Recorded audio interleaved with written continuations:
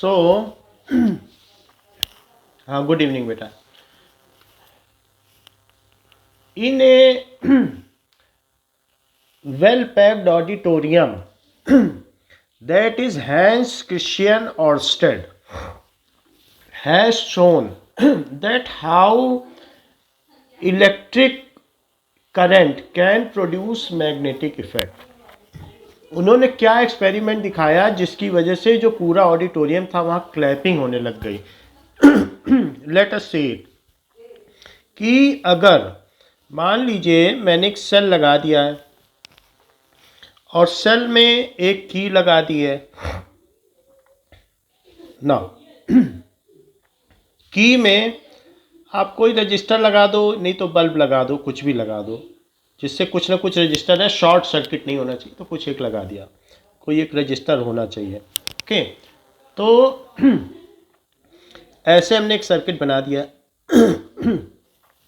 And magnet is placed either above और below it, या इसके नियर बाई प्लेस कर दो. यहाँ पर एक आप क्या कर दो कि एक टाइनी कंपास प्लेस कर दीजिए. इस तरीके का कंपास ले लीजिए. तो कंपास क्या है, ये नॉर्थ साउथ डायरेक्शन में ठहरता है. आप कहीं पर भी इसको घुमा लें, लेकिन इसकी जो नीडल है वो नॉर्थ साउथ में ही रहेगी. तो that is in north south direction. It is magnetic compass, जिससे कि नेविगेशनल पर्पस के लिए, या डायरेक्शन फाइंडर भी इसको कहते हैं, डायरेक्शन फाइंडिंग के लिए हम इस कंपास को यूज़ करते हैं. रेड वाली जो है वो नॉर्थ पोल की ओर रहती है, और जो वाइट वाली या अल्टरनेट है रेड के अलावा दूसरी, वो साउथ की ओर रहती है. It is towards south pole of earth. Now, तो ऑर्स्टेड ने क्या दिखाया, एक मैग्नेटिक कंपास रखा. अब उसका कुछ भी डायरेक्शन रहा होगा, लेकिन ये दिखाया कि जब वो बार बार स्विच को ऑन ऑफ कर रहे थे, तो ऑन ऑफ करने से क्या इसमें इलेक्ट्रिक करंट एक बार जीरो हो रही थी और फिर इस्टेब्लिश होकर फुल हो जा रही थी. बोलो, अगर ऑफ करोगे तो फिर से जीरो होगी, या इलेक्ट्रिक करंट चेंज होगी बार बार सर्किट में, बताइए. So when switch is key is frequently made on and off, then there is a deflection seen in nearby kept compass. ऐसा इन्होंने दिखाया कि इलेक्ट्रिक फील्ड से मैग्नेटिक फील्ड पैदा की जा सकती है. इसका मतलब है कि इलेक्ट्रिक फील्ड या इलेक्ट्रिक करंट और magnetic field both are same phenomena या इंटीग्रल फिनोमिना, या बोथ कैन बी यूनिफाइड. सीधी सी बात है कि दोनों एक ही चीजें हैं. क्या ये मुझे बताओ कि सन के चारों ओर अर्थ का घूमना और अर्थ के चारों ओर मून का घूमना एक ही चीजें हैं?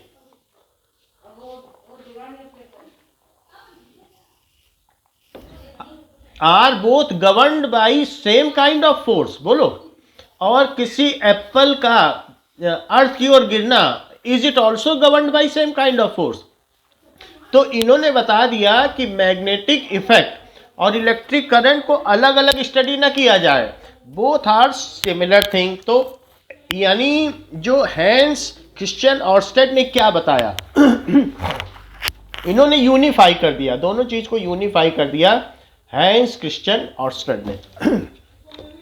Now that is Oersted has shown, बिल्कुल सिंपल सा फिनोमेना करके, shown that if a simple electric circuit is switched on and off frequently,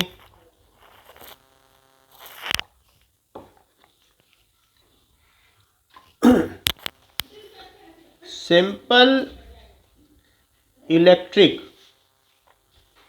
circuit, अभी समझ में आएगा, is switched on off frequently, तो then nearby kept compass get deflected. क्या ये एक मैग्नेट है? बोलो, ये जो इसके अंदर की नीडल है, मैग्नेटिक नीडल, क्या वो एक मैग्नेट है? मान लीजिए कोई भी कंपास हो, तो उसमें क्या होता है, एक नीडल ही तो होती है जो किसी न किसी पिन पर है, तो वो घूम रही है. तो अगर एक मैग्नेट के पास दूसरा मैग्नेट लाओगे तो क्या होगा बताओ? तो तभी तो वो नीडल इधर उधर होगी. तो अब इसके पास तो कुछ मैग्नेट था नहीं, तो इसको किसने डिफ्लेक्ट किया? क्या इसके ऑन ऑफ करने से जो करंट कम या ज़्यादा हुई उससे कोई मैग्नेटिक फील्ड पैदा हो गई, जिसकी वजह से उस मैग्नेटिक फील्ड ने इस मैग्नेटिक फील्ड के साथ इंटरेक्ट किया और ये हिला डुला? So if it has shown if a simple electric circuit is switched on and off frequently, then nearby kept compass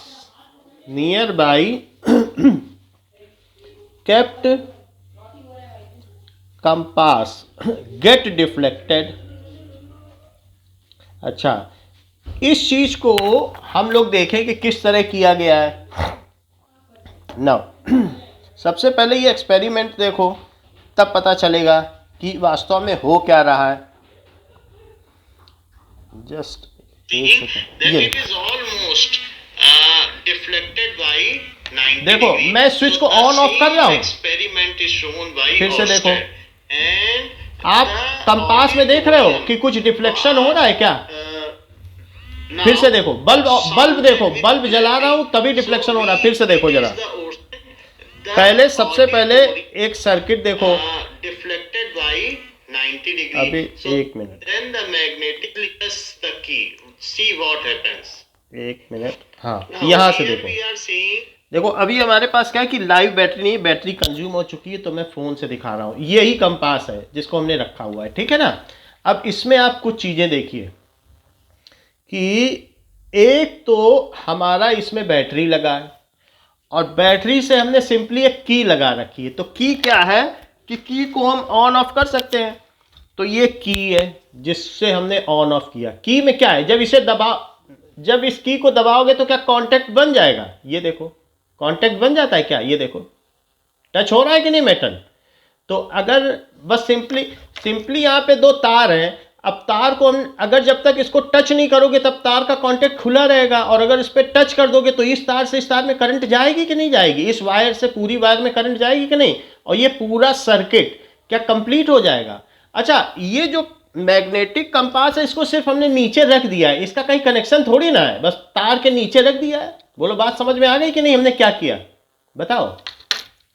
अच्छा, अब एक बात और बताओ कि अगर एक मैग्नेट के पास जब दूसरा मैग्नेट आएगा तभी क्या डिफ्लेक्शन होता है? बोलो, ऐसा तो नहीं होगा। तो इसका मतलब है कि ये जो इलेक्ट्रिक सर्किट है इसमें कहीं ना कहीं बार बार इलेक्ट्रिक करंट अगर मैं चेंज करूं तो कहीं ना कहीं मैग्नेटिक फील्ड पैदा होनी चाहिए, जिसकी वजह से उसकी मैग्नेटिक फील्ड और उसकी मैग्नेटिक फील्ड आपस में एक दूसरे से इंटरेक्ट करें। तो अगर इंटरेक्शन होगा तो नॉर्थ नॉर्थ से दूर भागेगा और साउथ साउथ से दूर भागेगा, नॉर्थ साउथ के अट्रैक्ट होगा। तो जरा देखें अब इस एक्सपेरिमेंट में क्या किया गया है। Simple circuit which consist of A register that is bulb, one is key, press key and one cell. So this is an electric circuit and this is compass which is kept below this circuit. Now this is compass. So this compass has been kept at some place above and below the circuit. Now when we press the key, देखो अब circuit पूरा हुआ। You are seeing deflection, देखो deflection, इस deflection पे तालियां बजी थी। आप देख रहे हो कितना ज्यादा डिफ्लेक्शन हो रहा है। Electric current flows through a circuit. ये जो पार्ट 1 हमने भेजा उसमें है ये video. Get deflected here we are seeing. समझ में आ गई ना बात आपको? डिफ्लेक्टेड ओके ना। चलो अब हम देखें कि ये तो बात हमने देख ली कि फिर से अभी समझाया नहीं। आपने डिफ्लेक्शन देखा कि नहीं? समझाया तो मैंने कुछ नहीं है। आपने एक्सपेरिमेंट देखा कि नहीं ये बताओ। तो अब हम एक्सपेरिमेंट को समझेंगे कि एक्सपेरिमेंट क्या कहना चाहता है। सिंपली हमने कुछ नहीं किया है, एक बल्ब लिया, बल्ब को हमने इस सर्किट में लगा दिया, ठीक है, और वायर लगा दिया, बट बैटरी नहीं है। बैटरी रखते हैं उसको तो क्या 20 रुपये की बैटरी बार बार ड्रेन हो जाती है। तो हमने कहा उसी से दिखा देंगे, जब आप क्लास में आओगे तो सामने करके दिखा देंगे, तब पूरी हो जाएगी बात। उसमें से हमें बैटरी से कई एक्सपेरिमेंट दिखाने हैं। अब ये समझे ना आपको, बल्ब हो गया, की हो गया और एक बैटरी हो गई, उनसे कर सकते हो। अब जरा देखो कि ओर्स्टेड ने क्या दिखाया। उन्होंने दिखाया कि सिंपल इलेक्ट्रिक सर्किट को सिर्फ ऑन करके मत रखो, उसे बार बार दबाओ। अच्छा, ऐसा करने से क्या होगा? सो व्हेन, इससे क्या होगा कि इलेक्ट्रिक करंट चेंज होगी। So when electric current flows through a circuit it produces magnetic field. अब एक्सप्लेनेशन इन्होंने क्या दिया कि इलेक्ट्रिक करंट से ही मैग्नेटिक फील्ड पैदा होती है। क्या इस बात की आपको जानकारी है कि जब भी एक एटम का न्यूक्लियस है और उसके चारों तरफ कौन घूमता है बताओ ऑर्बिट में? ये बताओ।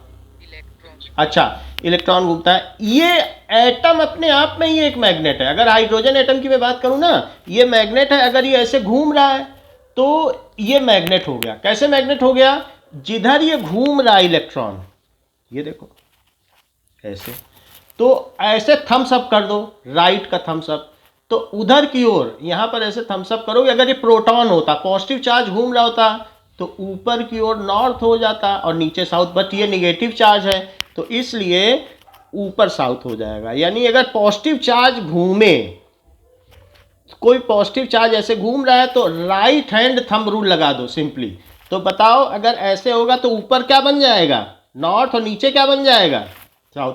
तो एक बात बहुत सिंपल सी, एटम खुद ही एक मैग्नेट है। और अगर ये जो हमारे पास मैग्नेट है, इसमें क्या खास है? इसमें कुछ खास बात है क्या?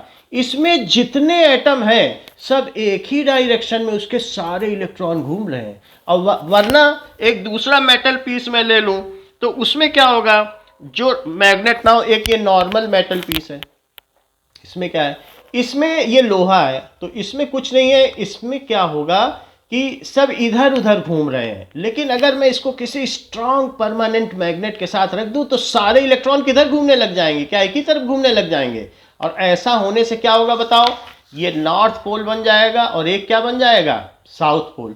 तो मैग्नेट क्या होता है और आयरन क्या होता है? मैग्नेट वो होता है जिसमें सारे इलेक्ट्रॉन, लाखों के लाखों इलेक्ट्रॉन किधर घूम रहे हो बताओ?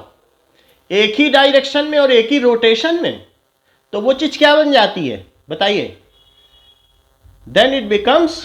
और इसको अगर मैं ना इसको ठक ठक ठक ठक 4-5 बार करूं तो आपसे कहा जाता है, टीचर कहता है अरे मैग्नेट को बार बार क्यों गिरा रहे हो? तो वो जानता है कि जब आप बार बार इसको ऐसे ऐसे कर रहे हो या ऐसे ऐसे कर रहे हो, वो जानता है कि इसके कुछ इलेक्ट्रॉन को आप डिसोरिएंट करना चाहते हो, उसे नॉर्मल आयरन पीस में बदलना चाहते हो। वो इस बात को जानता है, इसलिए बार बार कहता नहीं, उसे चुपचाप रखे रहने दो, ज़्यादा डिस्टर्ब नहीं करो, ठोको पीटो मत। समझ में आ गई बात? तो इस चीज के इलेक्ट्रॉन डिस्टर्ब होते हैं। और अभी क्या है, इसके सारे इलेक्ट्रॉन क्या एक ही डायरेक्शन में ओरिएंटेड है। या सिंपली इसको क्या है, हीट कर दो, तवे पे रख दो और फिर उठाओ, ये लोहा बन जाएगा। क्योंकि उसके होने से क्या होगा, क्या एटम इधर उधर भागेंगे, उसके इलेक्ट्रॉन एजिटेट हो जाएंगे, they will get disoriented. Heat करके या क्या करके बताइए कि हीट करके भी कर सकते हो, या अगर आपके पास कोई भी चीज है कि इसी को देख लो, इस पीस को, अगर मेरे पास एक परमानेंट मैग्नेट है, ये देखो नॉर्थ और साउथ ऐसा हो, और उसी पे मैं इसको ठक ठक ठक ठक करता रहूं, ऐसे ऐसे ठक ठक ठक ठक करता रहूं, उसके ऊपर रख के, एक मैग्नेट है।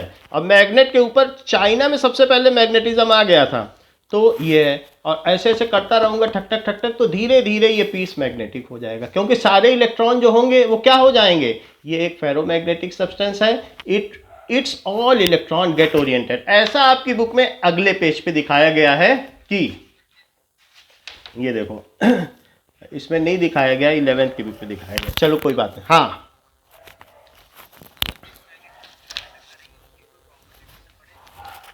देखो आपको क्या करना है कि कई बार ऐसा भी कर सकते हो कि जो रेलवे लाइन नॉर्थ साउथ की ओर जाती हो, उसके ऊपर एक छोटा सा एक आयरन पीस रख दो और रेल गुजर जाने दो, आपका पीस मैग्नेट हो जाएगा। गांव के बच्चे खूब खेल करते हैं, तो आपको भी मालूम होगा, जो आपके आसपास गांव का होगा, कि वो लोग ऐसे करके खूब मैग्नेट बना देते हैं। क्योंकि जो रेल की वाइब्रेशन होगी, ट्रेन जब गुजर जाती पटरी से, लेकिन ये देख लेना वो पटरी किधर की ओर डायरेक्शन में जा रही हो बताओ, नॉर्थ साउथ की ओर डायरेक्टेड हो, तो जो वाइब्रेशंस होंगे ऑटोमेटिकली उसके सारे इलेक्ट्रॉन एक ही डायरेक्शन में ओरिएंटेड हो जाएंगे और वो आपका पीस मैग्नेटिक हो जाएगा। That we will look after. लेकिन इतनी बात समझ लो कि जो मैग्नेटिज्म है वो बेसिकली कहाँ से आया है? क्या वो एक एटम में होता है? बताओ। और अगर सारे एटम एक ही तरफ घूमते रहे तो क्या उस कलेक्टिव इफेक्ट को ही मैग्नेटिज्म कहते हैं। ये खुद में एक मैग्नेट है, आपको दिखा दिया कि ऊपर इसके नॉर्थ है और नीचे इसके क्या है बताइए, south. A tiny atom itself is a magnet and when all atoms are revolving in same direction then their collective effect is known as permanent magnet। बोलो बात समझ में आ गई। अच्छा, लेकिन फिर भी अच्छा एक बात बताओ, क्या इलेक्ट्रिक चार्ज के घूमने से मैग्नेटिज्म पैदा हुआ क्या? ये बात बताओ। जब इलेक्ट्रिक चार्ज घूमा तो इसका मतलब है कि क्या यहां पे इलेक्ट्रिक करंट घूमी तो मैग्नेटिज्म पैदा हुआ क्या इसमें? बोलो। और उस मैग्नेटिज्म ने इस मैग्नेटिज्म से क्या इंटरेक्शन किया? भाई एक मैग्नेटिक फोर्स अगर दूसरे मैग्नेटिक फोर्स से इंटरेक्ट करे तो क्या होगा, आप ही बताओ। क्या वे या तो आपस में पास आएंगे या दूर जाएंगे? ये तो पास आ गए। तो मैग्नेट मैग्नेट से इंटरेक्ट करेगा तभी तो कुछ होता है। समझ में आई बात की नहीं? तो अपोजिट है तो पास आ जाएंगे। अब देखो, तो हम यहां देख रहे हैं। अब इसको ओर्स्टेड ने एक्सप्लेन क्या किया। उस ओर्स्टेड साइंटिस्ट ने बोला कि मैग्नेटिज्म और इलेक्ट्रिक करंट को अलग अलग न माना जाए। इसी इलेक्ट्रिक करंट से ही तो मैग्नेटिज्म पैदा होता है। Even magnetism has no independent existence, electric current से ही मैग्नेटिज्म आता है। It's only it's after effect और इट्स रिपरकशन, वो उसका एक परिणाम स्वरूप है, उसका एक इफेक्ट है। अब जरा देखो तो एक्सप्लेनेशन क्या दिया।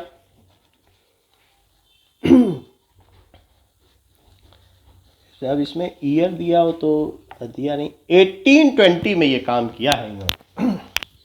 1820 बहुत पहले की बात है। अब देखो जरा कि व्हेन इलेक्ट्रिक चार्जेस मूव, अगर इलेक्ट्रिक चार्ज मूव हो तो क्या होगा? देन दे प्रोड्यूस, तो वो क्या प्रोड्यूस करते हैं? Then they produce magnetic field. ये नई टर्म आ गई, मैग्नेटिक फील्ड या मैग्नेटिक फोर्स। वो क्या पैदा करते हैं? एक तरीके का मैग्नेटिक फील्ड प्रोड्यूस करते हैं या फोर्स। फील्ड ना समझ में आए तो अभी हम आगे बताएंगे। मैग्नेटिक फोर्स पैदा करते हैं। And this magnetic force interacts with permanent magnet. इसमें मैग्नेटिक फोर्स चार्ज की वजह से, और ये तो परमानेंट है। इसमें तो ये एक जो बीच में एक सुई सी है ना, नीडल, वो नॉर्थ और साउथ उसका परमानेंट है। तो इस तरीके से विच इंटरेक्ट्स विद, जो किससे इंटरेक्ट करती है? With near by kept compass and deflects it, और उसे क्या कर देती है? Deflects it. सो इस वजह से इस चैप्टर का नाम क्या रख दिया गया है? क्या magnetic effect of electric current. क्या इसको पढ़ते ही नहीं समझ में आ जाता है कि इलेक्ट्रिक करंट से ही मैग्नेटिकिज्म होता है? बोलो, इस चैप्टर के नाम से ही क्लियर नहीं हो गया क्या कि इलेक्ट्रिक करंट से ही सारे मैग्नेटिक इफेक्ट प्रोड्यूस होंगे? उसको तोड़ के पढ़ो चाहे जैसे पढ़ो, बस सीधी बात है, उसी से होगा। तो ये बात इन्होंने बताया कि इलेक्ट्रिक फील्ड या electric current and magnetic force both are unified, ऐसा इन्होंने बता दिया। या सिंपली सोचो, ओर्स्टेड ने क्या बताया कि electric field can produce magnetic field, यानी इलेक्ट्रिक इफेक्ट से आप मैग्नेटिक इफेक्ट पैदा कर सकते हो। क्या बताया इन्होंने कि electric current can produce magnetic force. ये चीज बता दी। अच्छा, तभी कहीं दूर पर एक माइकल फैराडे जो 7th क्लास तक पढ़े हुए थे और एक बुक बाइंडिंग, जिल्द साजी, जहाँ पर किताबों में सिलाई की जाती है, बाइंडिंग की जाती है, वहाँ काम कर रहे थे। उनको कहीं से इनके बारे में पता चल गया कि इन्होंने ऐसा एक्सपेरिमेंट किया, क्योंकि एक जो है मैगजीन सिलवाने लाया था तो वो लेके आया। तो वो क्या करते थे, जो बुक आती थी बाइंडिंग के लिए उसको वो मालिक से जो है दुकान के मालिक से ले जाते थे कि एक दिन के लिए हम इसे रात रात पढ़ लेंगे, फिर सुबह हम बाइंडिंग करके दे देंगे। तो उन्होंने पढ़ा कि ऐसा हो सकता है, तो उनके दिमाग में उल्टी बात आ गई। उन्होंने कहा कि क्या मैग्नेटिक फील्ड से मैं इलेक्ट्रिक करंट पैदा कर दूं? जब इससे ये पैदा किया जा सकता है तो इससे क्या पैदा किया जा सकता है बताइए? Electric current. तो आप आज जानते हैं कि अगर कहीं पर आप, जैसे ये देखिए कि अगर आप, ये मैग्नेट है, ठीक है, और इसमें क्या करें, मैग्नेटिक फील्ड कम ज़्यादा करें। जैसे ये मैग्नेट देखो, अभी मैं आपको इसका वीडियो दिखाऊंगा तो पता चल जाएगा। तो दूसरा किसने बताया? अभी ओर्स्टेड ने क्या बताया ये पता चला आपको? इलेक्ट्रिक करंट से मैग्नेटिक फील्ड प्रोड्यूस होगी। अब माइकल फैराडे क्या बताएंगे? बताइए। हाँ, तो माइकल फैराडे ने उल्टा बोला कि if magnetic field changes then it can produce electric current. क्योंकि जब चीजें यूनिफाइड है, इससे ये हो सकता है, तो नेचर है सिमेट्री, नेचर भेदभाव नहीं करती, तो magnetic field can produce electric current.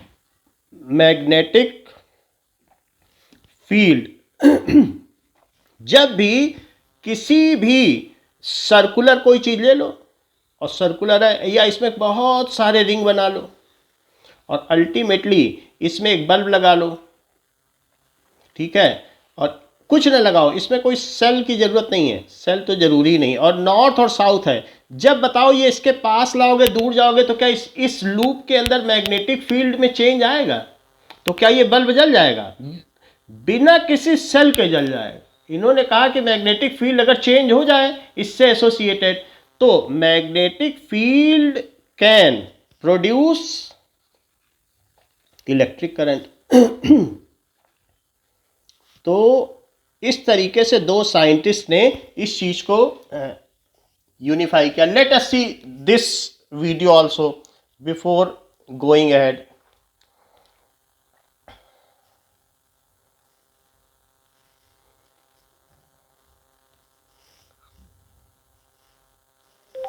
Electromagnetic induction ना,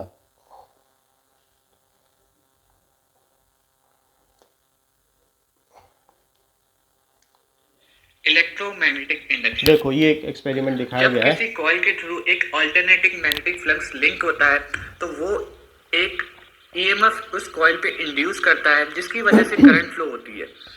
देखो यहाँ पे आप देख सकते हैं मेरे पास एक कॉइल है जिसमें एक अल्टरनेटिंग मैग्नेटिक फील्ड जनरेट हो रहा है, जिसकी वजह से ये एलईडीज ग्लो कर रही है। और अगर हम एक फेराइट कोर ले ले और उस पर एक कैपेसिटर लगा ले एक एग्जैक्ट वैल्यू का, मैं थोड़ा और सिंपल सा दिखाता हूं, जिसमें क्या होगा कि हम जैसे ही क्या करेंगे कि एक बार मैग्नेट को आगे पीछे करेंगे, then there will be the bulb which get lighted up. Electromagnetic induction experiment.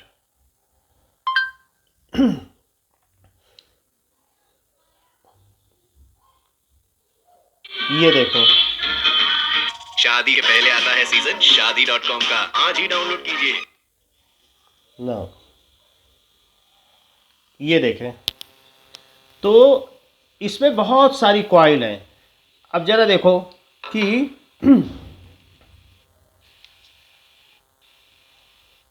Iron piece डाल दिया है, तो आयरन पीस डालने से क्या इसका और मैग्नेटिज्म बढ़ गया है। खैर वो बात की बात है, लेकिन अब जरा देखें, इसमें आप देखेंगे कहीं कोई सेल नहीं है। ये बल्ब जल गया।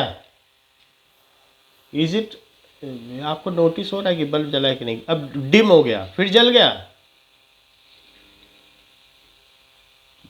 कुछ पता चल रहा है ना, बल्ब जल रहा है।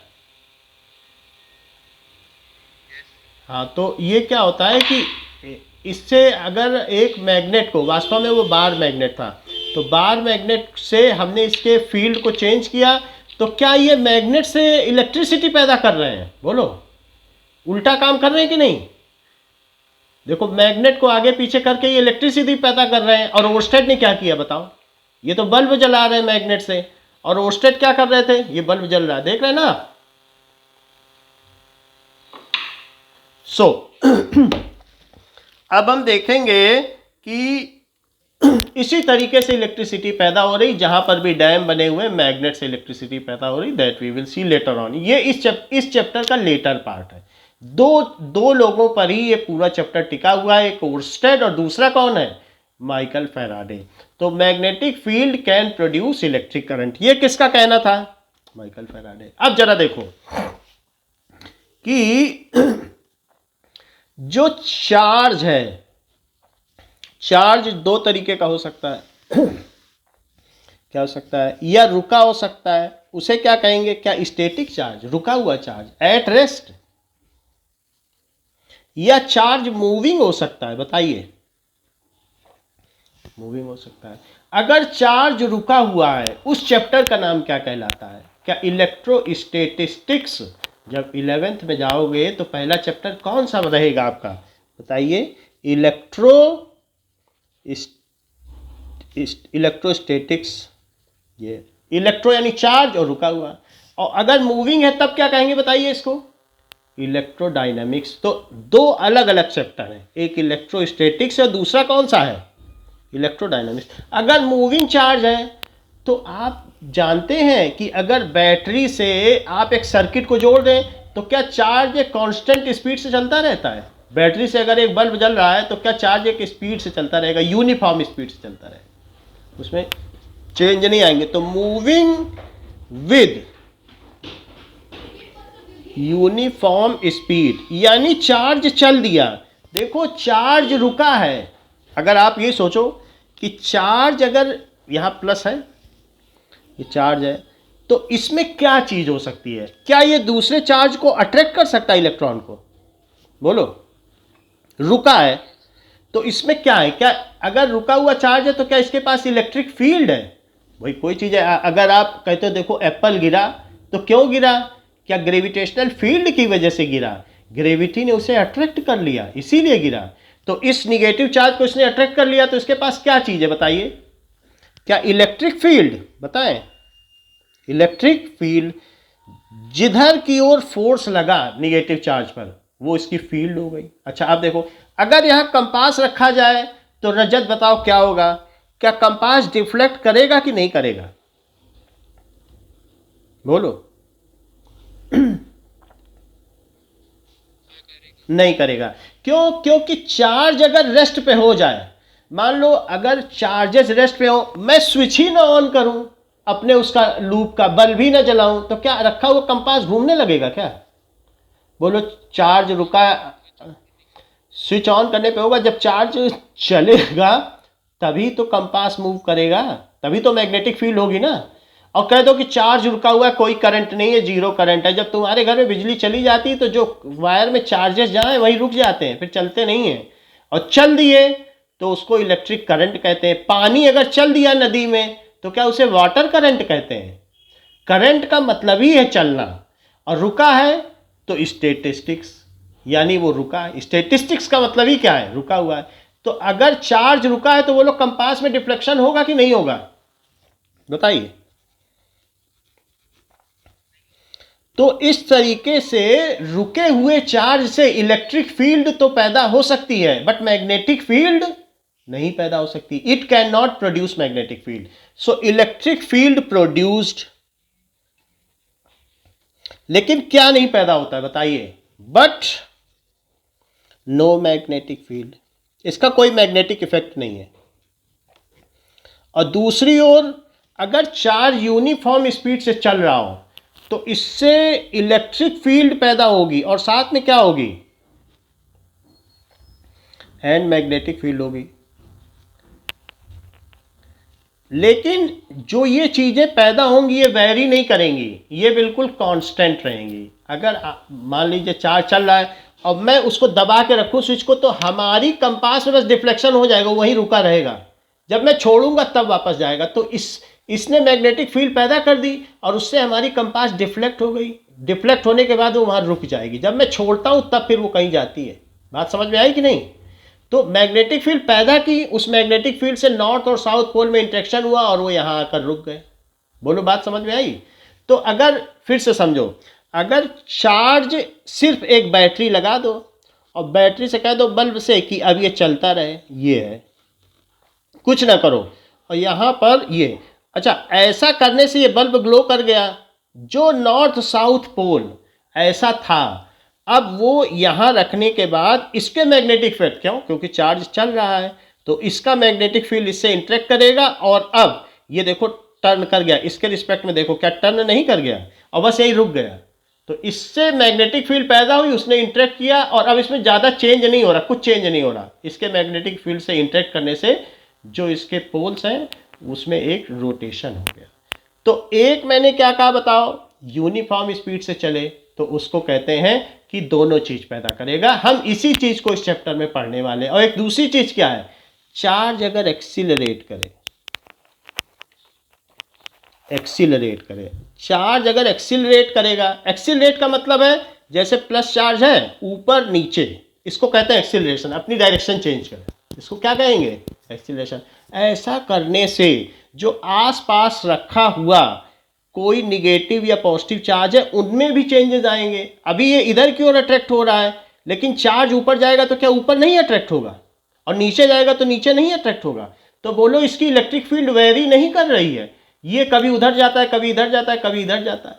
तो चार्ज अगर एक्सीलरेट होगा, जेम्स मैक्सवेल की थ्योरी है जो 9th में हमने पढ़ी थी कि रदरफोर्ड मॉडल, तो वो क्यों फेल हो गया, क्योंकि जब चार्ज एक्सीलरेट करेगा तो उसमें एक इलेक्ट्रिक फील्ड पैदा होगी जो वेरिंग है, कभी इधर हो रही, कभी इधर हो रही, जिधर चार्ज जाएगा उधर ही फील्ड हो रही है।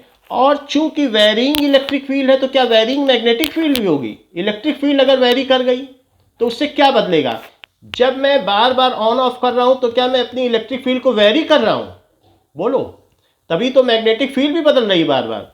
तो इस तरीके से जब चार्ज एक्सीलरेट करेगा तो varying electric and magnetic field पैदा होती है। और ये जो चीज वेरी करती है ये एक वेवी नेचर में वेरी करती है, यानी इसमें रिदमिक डाउन होगा फिर बढ़ेगा, फिर डाउन होगा फिर बढ़ेगा, इसलिए इसको कहते हैं इलेक्ट्रोमैग्नेटिक वेव्स। इसको क्या कहते हैं, EM waves. So varying electric and magnetic field is produced due to accelerating charge. ये बात किसने थ्योरी हमें बताई, जेम्स मैक्सवेल ने बताई, ये 1900 में। तो पहले 4 चैप्टर 11th के जब आप पढ़ोगे तो इसके हैं, अगले 4 चैप्टर इसके हैं, अगले 4 चैप्टर इसके हैं। तो पहला आप पढ़ोगे इलेक्ट्रोस्टैटिस्टिक्स, दूसरा क्या पढ़ोगे, क्या इलेक्ट्रोडायनामिक्स, इलेक्ट्रिक करंट। ये कौन सी फील्ड है चार्ज की, इलेक्ट्रो डायनामिक्स, चार्ज चल दे। और ये तीसरी क्या है, इसको कहते हैं इलेक्ट्रोमैग्नेटिक वेव्स, क्योंकि इनमें जो वेरिएशन हो रहा है क्या वो रिदमिक है।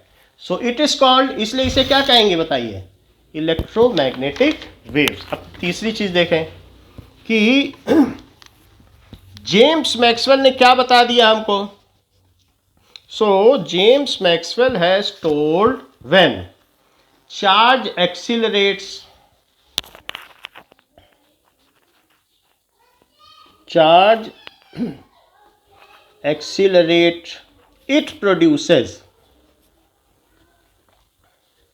varying electric and magnetic field।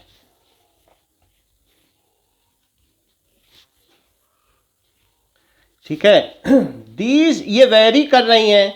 So these waves, ये जो इलेक्ट्रिक एंड मैग्नेटिक फील्ड होती हैं ये वेरी कर रही हैं, वेरी इन वेवी नेचर। जैसे वेव होती है ना, तो इन वेव नेचर, कम होना ज़्यादा होना ऐसे ये करती रहती हैं। सो दीज आर कॉल्ड, इसलिए इन्हें क्या कहते हैं, these are called electromagnetic waves. अभी समझ में आएगा, थोड़ा रुको, या इलेक्ट्रोमैग्नेटिक रेडिएशन। अब जरा देखो इसे समझो, ये बात किसने बताई, ये जेम्स मैक्सवेल ने बताई।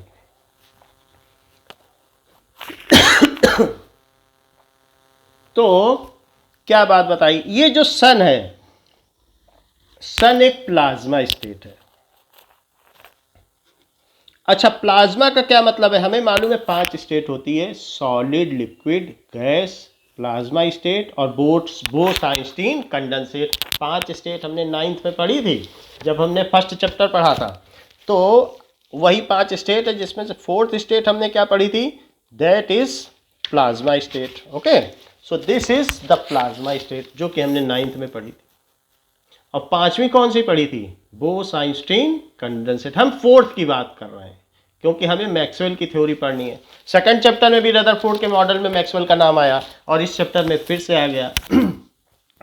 तो सन में जितने भी हाइड्रोजन है, पूरा ये हाइड्रोजन का बना है, सारे इलेक्ट्रॉन निकल गए हैं और उसका जो पॉजिटिव है वो इतनी ज़्यादा उसमें हीट है, 10⁷ केल्विन की हीट है, वो हिल डुल रहा है। तो उसके हिलने डुलने से क्या इसमें एनर्जी के पैकेट निकल रहे हैं। जैसे आपको हमने बताया light is a packet of photon, energy के पैकेट में होता है कि नहीं। लाइट में क्या पार्टिकल नेचर भी होता है और साथ में वेव नेचर भी होता है, बोलो क्या उसमें से जब भी चार्जेस एक्सिलरेट करते हैं तो एनर्जी के पैकेट निकलते हैं और उसी को रेडिएशन कहते हैं, ये एनर्जी का पैकेट है। When charge accelerate then it radiates energy, और ये जो लाइट निकल रही है यही इलेक्ट्रोमैग्नेटिक वेव्स है। When charge accelerate then it radiates energy. When charge accelerate it radiates energy. तो इसलिए इसे क्या कहते हैं, इलेक्ट्रोमैग्नेटिक रेडिएशन। अब इसमें कई तरीके की एनर्जी निकलती हैं। जैसे मान लीजिए सन है तो सन ने रेडिएट की, उससे रेडिएशंस आ रहे हैं, सोलर रेडिएशंस, वो सब फोटॉन्स हैं, उनका क्या नाम है, फोटॉन्स। अब उसमें अलग अलग है, सबसे ज़्यादा इसको कहते हैं it radiates energy. So these radiations जो उसमें से निकल रही हैं किरणें, उसे रेडिएशंस कहते हैं। These radiations are called electromagnetic radiations. Electromagnetic radiations। अच्छा, सबसे ज़्यादा रेडिएशन किस में होगा, गामा रेज में। गामा, इसे बोलेंगे गामा। गामा रेडिएशंस अगर किसी पे पड़ जाए तो उसकी जान चली जाए, ये है गामा। उससे कम एक्स रेज, कभी कभी हमारा एक्सरे निकाला जाता है, उसमें हमारी बोन्स तक वो पेनिट्रेट कर देता है, तो उससे कम इसमें गामा में तो जान ही चली जाए। उससे कम अल्ट्रावायलेट, कभी वेल्डिंग देखी है, तो वेल्डिंग होती तो कैसे वायलेट कलर के उसमें से लाइट निकलती, उससे क्या हो जाता है कि या तो कॉर्निया बर्न हो जाएगा या स्किन कैंसर हो जाएगा। यूवी रेज जब पड़ती हैं, ओजोन लेयर जहाँ डिप्लीट हुई है हमारे सदर्न पोल में, तो वहाँ अंटार्कटिका में वैज्ञानिकों को 200 वैज्ञानिकों को कैंसर हो गया था, स्किन कैंसर।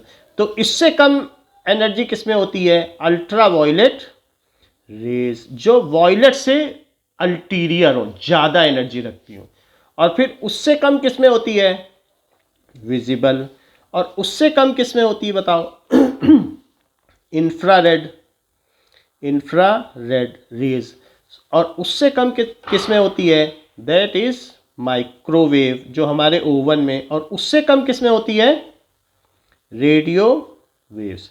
अच्छा, इतनी बात आपको समझ में आ गई कि जब इसमें से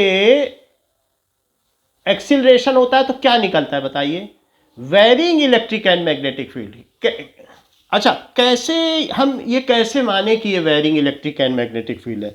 जब सन में से रेडिएशन निकलता है तो सन में इतना ज़्यादा टेम्परेचर है, तो उससे जो रेडिएशन निकलते हैं वो बहुत स्ट्रांग होते हैं, वो ये वाले होते हैं। कौन कौन से होते हैं बताइए, क्या वे गामा रेज होते हैं और एक्स रेज होते हैं। अच्छा, इतने ज़्यादा, और ये यहाँ एक्सिलरेट कर रहा है और ये रेज निकली, ये सब नहीं निकलते हैं। इतना गया गुजरा सन नहीं है कि वो विजिबल। और रेडियो वेव से तो मोबाइल चलते हैं, उसको तो हम बगल में रख के सोते हैं। माइक्रोवेव से ओवन चलते हैं, हाथ अंदर डाल दो कुछ नहीं होता। इंफ्रारेड, तवे पे जो हीट है वो इंफ्रारेड है, that is inferior to red. Visible में भी एक ऑर्डर हमने आपको बताया था, कौन सा है बताइए, विब ग्योर। तो सबसे ज़्यादा वी में और सबसे कम रेड में, और रेड से भी जो गया गुजरा हो इंफीरियर हो उसको कहेंगे इंफीरियर टू रेड, उससे भी कम हीट तो इंफ्रारेड, और वॉयलेट से अल्टीरियर हो सुपीरियर हो तो अल्ट्रा वॉयलेट। अच्छा, अब ये सारे रेडिएशन अर्थ पे आए। क्या आपको ये बात मालूम है कि अर्थ पे बहुत सारी एटमॉस्फेयर की बेल्ट हैं? सबसे पहले कौन सी पड़ती है? तो अर्थ में सबसे अंदर पड़ती है ट्रोपोस्फियर। फिर कौन सी पड़ती है? क्या स्ट्रेटोस्फियर? और फिर उसके बाद थर्मोस्फियर, थर्मोस्फियर, और उसके ऊपर है आयनोस्फियर। ये 350 किलोमीटर पे है। स्ट्रेटोस्फियर जहां पर है यहीं ओजोन लेयर है,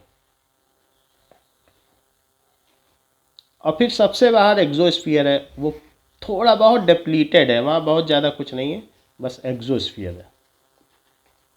अच्छा, अब जब ये रेज यहाँ आई इसे क्यों आयनोस्फीयर कहा गया? इतनी तेजी से वहाँ वाइब्रेशंस हो रहे हैं, तो क्या यहाँ पर आयनोस्फीयर में जो ऑक्सीजन है और नाइट्रोजन है, क्या उसके इलेक्ट्रॉन छिटक जाएंगे? क्योंकि वो वेरिंग इलेक्ट्रिक और मैग्नेटिक फील्ड प्रोड्यूस कर रहा है। सन कहाँ है? 14,88,00,000 किलोमीटर दूर है। वहाँ से जब एक्सिलरेशन होके आ रहा है, वेव्स आ रही हैं, तो क्या यहाँ के जितने भी एटम्स और मॉलिक्यूल हैं, क्या उनके सब इलेक्ट्रॉन छिटक जाएंगे, उससे हट जाएंगे? क्योंकि यहाँ पर अगर मैं प्लस चार्ज को तेजी से वाइब्रेट कराऊं तो यहाँ के मॉलिक्यूल या एटम पे फर्क नहीं पड़ेगा क्या? देखो, एक ये एटम है और उसके इसको मैं ऐसे ऐसे करता हूं तो इस इलेक्ट्रॉन, ये इलेक्ट्रॉन क्या होगा बताओ? मिसगाइड हो जाएगा, कहेगा यहाँ जाऊं कि यहाँ जाऊं, अल्टीमेटली वो अपना ऑर्बिट छोड़ के भाग जाएगा, क्योंकि उसे वो कभी उधर जाना चाहेगा। और गामा रेडिएशंस में तो 10⁻34 ऑसिलेशन पर सेकेंड है। कल्पना तो करिए, कितना ऑसिलेशन? 10⁻34 ऑसिलेशन, ये 10⁻26 ऑसिलेशन पर सेकेंड। तो इस तरीके से जब ये दोनों रेज आई, तो अब जरा देखिए कि आयनोस्फीयर से जब ये पास हो गई तो इनकी हीट अब कम हो गई, और अब ये किस में कन्वर्ट हो गई यहां से आने के बाद? बताइए। अल्ट्रावायलेट। और फिर जब ओजोन लेयर से क्रॉस हुई तो यूवी रेस किस में कन्वर्ट हुई? हाँ बोलो। तभी चेंज होगी। अगर मान लो आपकी बॉडी से एक्सरे निकली, तो अब बोन से जब निकल जाएगी तो उसमें जो पड़ेगी वो अब यूवी हो जाएगी। जब उसकी एनर्जी कम होती जाएगी, जब एक चीज से वो पास हो जाएंगी, तो अब जो एक्सरे है वो आयनोस्फीयर से उसने सब इलेक्ट्रॉन हटा दिया और एनर्जी का पैकेट कमजोर पड़ गया। तो अब जो एनर्जी हुई वो कौन सी बन गई? क्योंकि that means it is now converted, इसकी एनर्जी कम हो गई, तो that it becomes UV rays. तो ये चीज है कि कुछ इलेक्ट्रॉन ऐसे होंगे जो भाग गए और कुछ वापस आएंगे, तो जो वापस आ जाएंगे तो उनके पास अब लेसर एनर्जी, उसको हम आगे की क्लासेस में देख लेंगे वो। लेकिन अभी आप बेसिक चीजें देखो। गामा और एक्सरे जब इसको पार किया, आधी एनर्जी यहीं गवा दी इलेक्ट्रॉनों को आयोनाइज करने में, क्योंकि उनको तो एनर्जी देनी पड़ेगी। फिर वह इलेक्ट्रॉन वापस आएंगे, तो वापस आके यहाँ पे ये कंबाइन करते हैं। और यहाँ का टेम्परेचर कितना है थर्मोस्फीयर का? क्या 350 डिग्री सेल्सियस? कल्पना चावला का विमान यहीं पे, उसकी सारी जो गास्केट थी वो स्पेसक्राफ्ट की यहीं पिघल गई थी। लोग कहते हैं थर्मोस्फीयर से पास कर जाए, मीजोस्फीयर से पास कर जाए तो पास कर जाए, यहाँ गड़बड़ ना हो। तो मीजोस्फीयर बड़ा चैलेंजिंग है, कल्पना चावला नहीं बच सकी थी। तो आप समझ गए ना कि जब यहाँ इलेक्ट्रॉन निकल गए तो क्या वो वापस अपनी ऑर्बिट में आएंगे, और वापस आएंगे तो क्या फिर से वो एनर्जी रेडिएट करेंगे, और उसके रेडिएट करने की वजह से ही यहाँ टेम्परेचर बढ़ गया है। बोलो क्यों इसे थर्मोस्फीयर कहा गया? अब जरा देखो जब यही गामा और एक्स रेज यहां आई और इन्होंने आयनोस्फीयर को पास किया, तो अब ये क्या बनी? अल्ट्रावायलेट। और अल्ट्रावायलेट अब किसको पास करेगी? क्या ओजोन को, O3 को। और O3 को पार करके जब यहां पर अर्थ पर आई तो वो किस में बदल गई? क्या विजिबल में? बोलो, जिससे हम देख पाते हैं। और विजिबल पे जब अर्थ पे पड़ी तो अर्थ से गर्मी निकली, उस गर्मी को क्या कहोगे? क्या इंफ्रारेड? बताइए, समझ में आ गई ना बात आपको? और इसके अलावा कहीं दूर बहुत कॉस्मॉस से कुछ ऐसी बहुत फीबल तरंगें आती हैं जो रेडियो वेव्स हैं, जो सबसे कमजोर होती हैं। वेव्स। तो इस तरीके से हमने ये देख लिया कि वास्तव में इनका पैटर्न क्या है। ये हमने लाइट के चैप्टर में भी आपको बता दिया था और अभी फिर से बता दिया कि जब चार्ज पार्टिकल एक्सिलरेट करेगा तब इलेक्ट्रोमैग्नेटिक वेव्स बनती हैं। ओके, इतनी बात समझ में आ गई। Now we are coming back. इसका मतलब क्या है कि मैक्सवेल ने बहुत बड़ी बात कर दी। उन्होंने कहा कि मैक्सवेल का रोल आप समझते हो, इन्होंने तीन चीज को यूनिफाई कर दिया। इन्होंने इलेक्ट्रिक फील्ड, बहुत बड़ी बात है, और इलेक्ट्रिक फील्ड और मैग्नेटिक फील्ड, बोले तुम इन्हीं दोनों की बात कर रहे हो। ओर्स्टेड और फैराडे से बोला तुम इन्हीं दोनों की बात कर रहे हो। अरे लाइट भी उसी में से एक है। उन्होंने कह दिया जो हम लाइट देख रहे हैं वो इसी का ही तो परिणाम है। देखिए कैसी बात कह दी, तीनों चीजों को यूनिफाई कर दिया, बोला ये तीनों अलग नहीं है।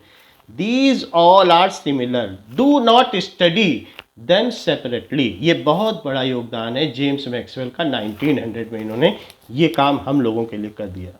इन्होंने किसको किसको यूनिफाई किया? ओर्स्टेड ने इन दोनों को किया और रिकन्फर्म किया। माइकल फैराडे ने उल्टा करके दिखा दिया कि हाँ भाई यूनिफाइड है, आपकी बात कन्फर्म है। और फिर मैक्सवेल ने तो कमाल ही कर दिया, बोला यहाँ से जो लाइट हम तक पहुँच रही है it is also a kind of electromagnetic effect. तो लाइट आई कि नहीं?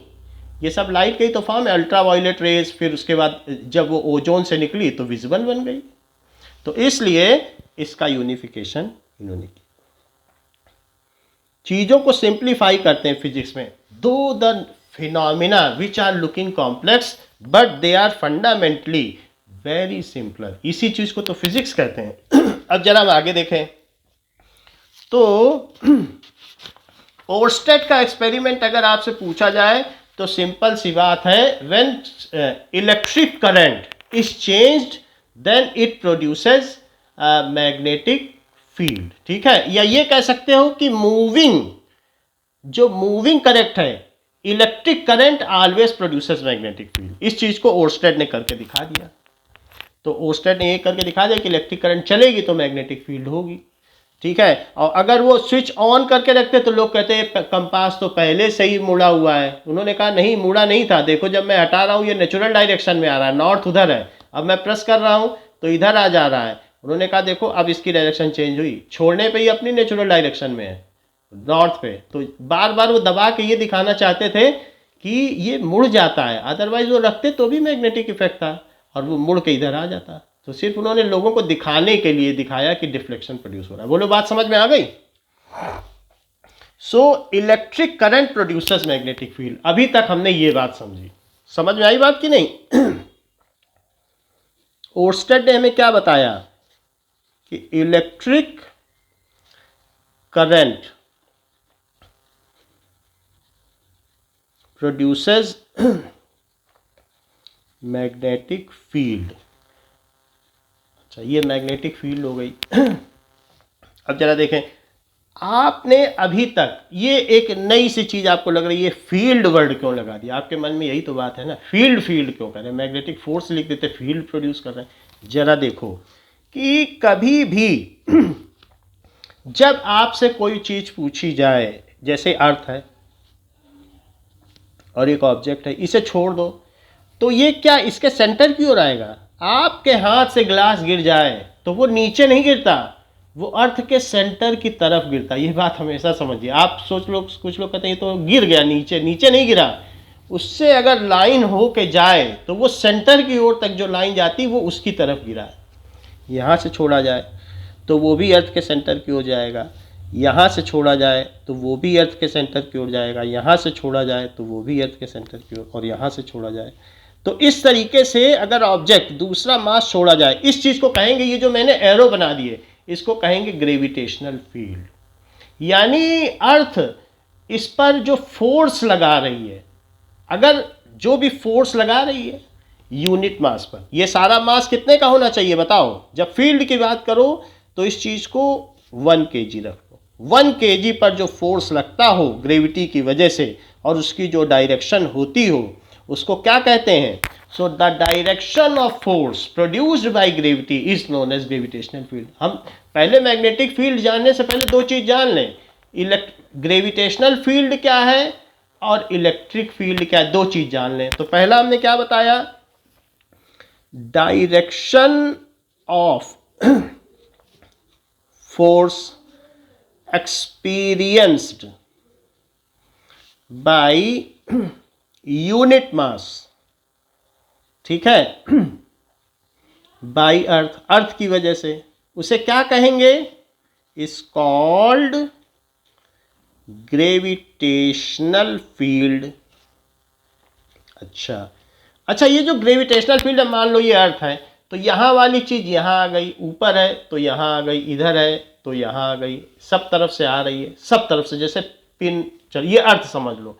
तो ये जो चीज है, ये स्फीयर है, तो इसका डायरेक्शन कहाँ है, इट इज रेडियली, जैसे होता नहीं स्फीयर का रेडियस, चारों तरफ उसके एक रेडियस बना दो, चारों तरफ radially inward.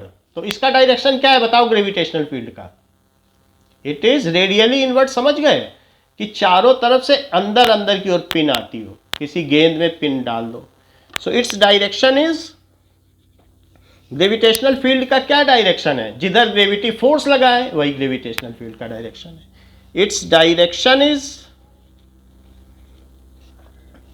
Radially inward. Anisha ये बात समझ में आई कि ग्रेविटेशनल फील्ड किसे कहते हैं, बोलो।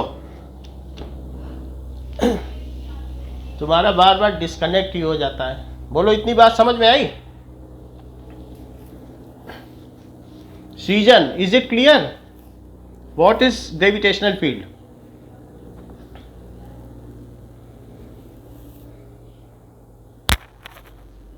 Amit Kumar, am I Audible?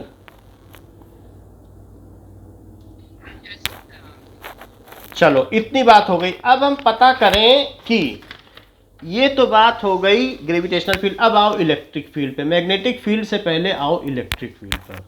तो जैसे कि एक कोई चार्ज ले लिया, सोर्स चार्ज, और एक पॉजिटिव चार्ज और लो, ये पॉजिटिव चार्ज है, ये हमारा सोर्स चार्ज है, सोर्स चार्ज है। तो इस पे पॉजिटिव चार्ज किधर जाएगा बताओ? क्या ये दूर भागेगा? यहाँ रखोगे तो इसके सेंटर से जो लाइन मिलाई जाएगी उससे दूर भागेगा, यहाँ रखोगे तो इधर भागेगा, यहाँ रखोगे तो इधर भागेगा, और यहाँ रखोगे तो इधर भागेगा। तो आपको जैसे वहाँ 1 kg मास लिया था, अब यहाँ पे 1 कूलम्ब चार्ज लेना है। चार्ज तो समझते हो, इलेक्ट्रॉन पे कितना चार्ज होता है बताओ? -1.6 इंटू 10⁻⁻19 कूलम्ब होता है कि नहीं? और प्रोटॉन पे कितना होता है? तो कूलम्ब तो चार्ज की यूनिट होती है। तो हमने ये भी देख लिया था कि 1 कूलम्ब में कितना चार्ज होता है, इलेक्ट्रिसिटी के चैप्टर में फिर से पढ़ लेंगे। 6.28 इंटू 10⁻18 इलेक्ट्रॉन या प्रोटॉन मिलकर के 1 कूलम्ब चार्ज बनाते हैं। हम फिर से भी इलेक्ट्रिक करंट का चैप्टर पढ़ेंगे, इलेक्ट्रिसिटी, तो फिर से देख लेंगे। तो प्रोटॉन पे कितना चार्ज होता है? इतना कूलम्ब चार्ज। तो 1 कूलम्ब का चार्ज लो और वो जिधर भागे, बोलो पॉजिटिव पॉजिटिव रिपेल करेंगे क्या? तो अब ये किधर भागेगा? बाहर की ओर। तो अब इस पर क्या हुआ? Now due to positive charge the field, electric field positive charge की वजह से कैसी है? क्या रेडियली आउटवर्ड है? सो ये इलेक्ट्रिक फील्ड हो गई। इसी तरीके से ये तो इलेक्ट्रिक फील्ड हो गई। अब तीसरी चीज है कि मैग्नेटिक फील्ड। ओके, सो अब हम देखेंगे कि मैग्नेटिक फील्ड क्या हो सकती है। तो ऐसे ही मैग्नेट भी क्या करेगा? अपनी फील्ड पैदा करता है। Let us see it.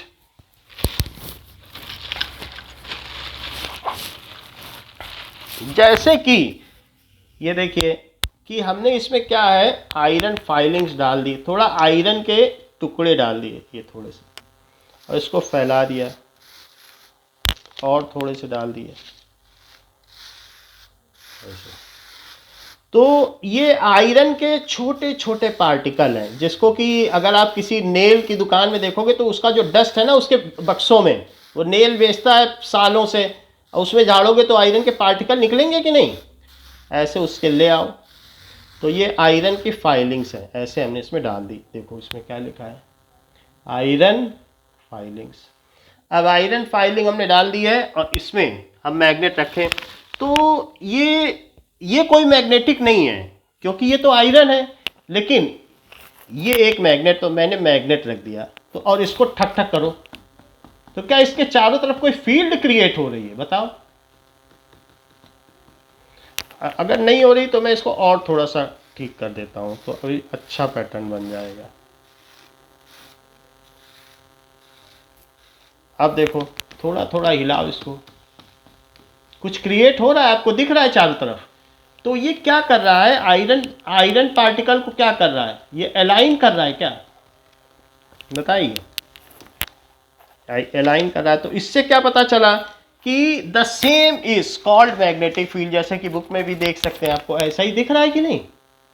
So if A magnet is kept, तो उसके चारों तरफ क्या हो जाता है कि एक फील्ड है और उसी फील्ड में ही ये पार्टिकल जा रहे हैं। ठीक है, अब इस चीज को हम समझे, वास्तव में ये हो क्या रहा है। ये तो देख तो लिया हमने कि ये कुछ हुआ है, लेकिन अब ये पता करना पड़ेगा ना ये हुआ क्या है ना। अब जरा देखो, so now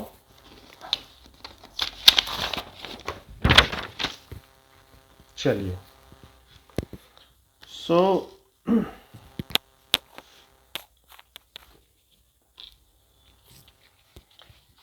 let us see that, इसको देखने से पहले कुछ चीजें हमें देखना पड़ेगा कि मैग्नेट क्या होता है, कुछ टर्म्स हमें देखने पड़ेंगे, फिर उसके आगे ही हम सीख पाएंगे। तो just hold,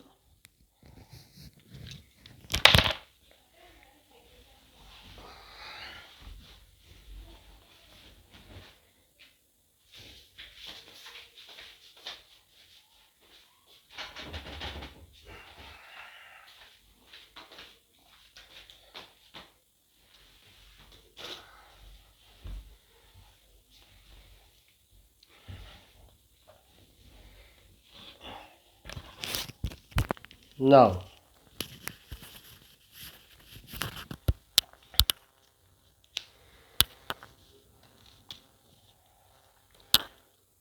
what does it mean by ferromagnetic substance?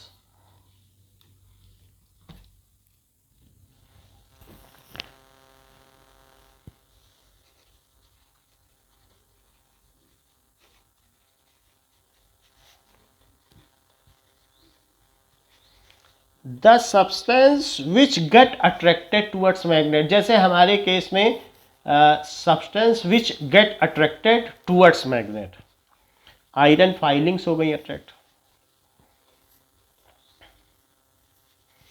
Which get attracted towards magnet is called ferromagnetic substance.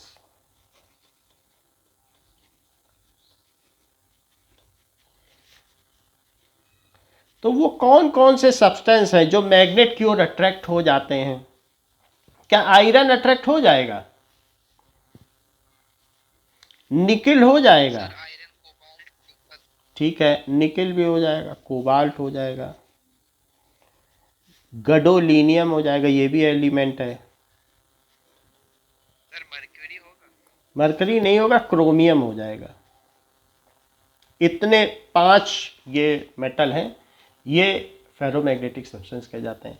Now magnet क्या होता है?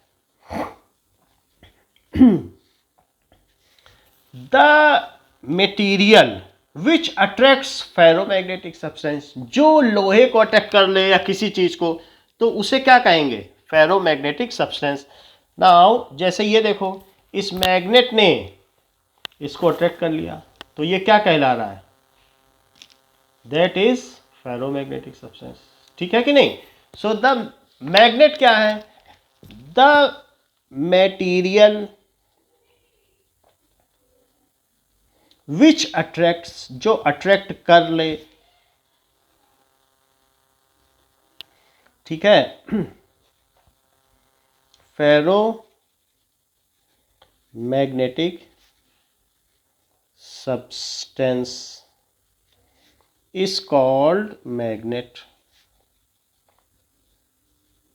मैग्नेट, अच्छा, इसका एक नेचर भी है कि जो मैग्नेट होता है उसमें वो फेरोमैग्नेटिक सब्सटेंस को सिर्फ कुछ ही जगहों से अट्रैक्ट करता है, सब जगह से नहीं अट्रैक्ट करेगा। अगर मैं इसके बीच में देखूं तो ये बीच में नहीं अट्रैक्ट कर रहा है, अगर मैं बीच में ये आयरन ले जाऊं कि जरा अट्रैक्ट हो जाए, कुछ कर ही नहीं रहा, देखो कुछ नहीं कर रहा है।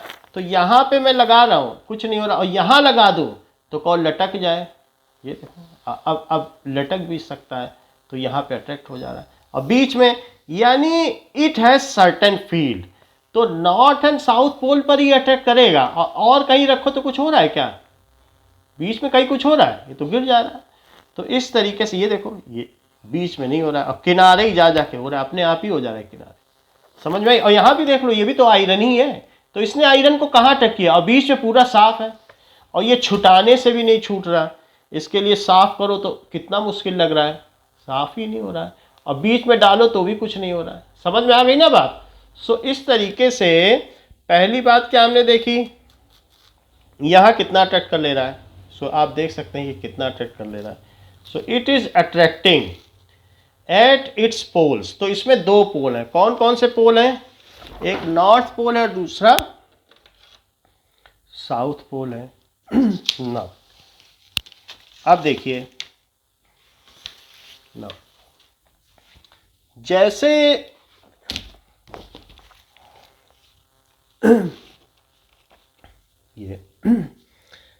ये एक मैग्नेट है, इतनी बात हमें पता चल गई है कि अगर एक नेल होगा तो नेल यहाँ अट्रैक्ट हो जाएगा, बीच में तो नहीं होगा, बीच में कोई चांस नहीं है।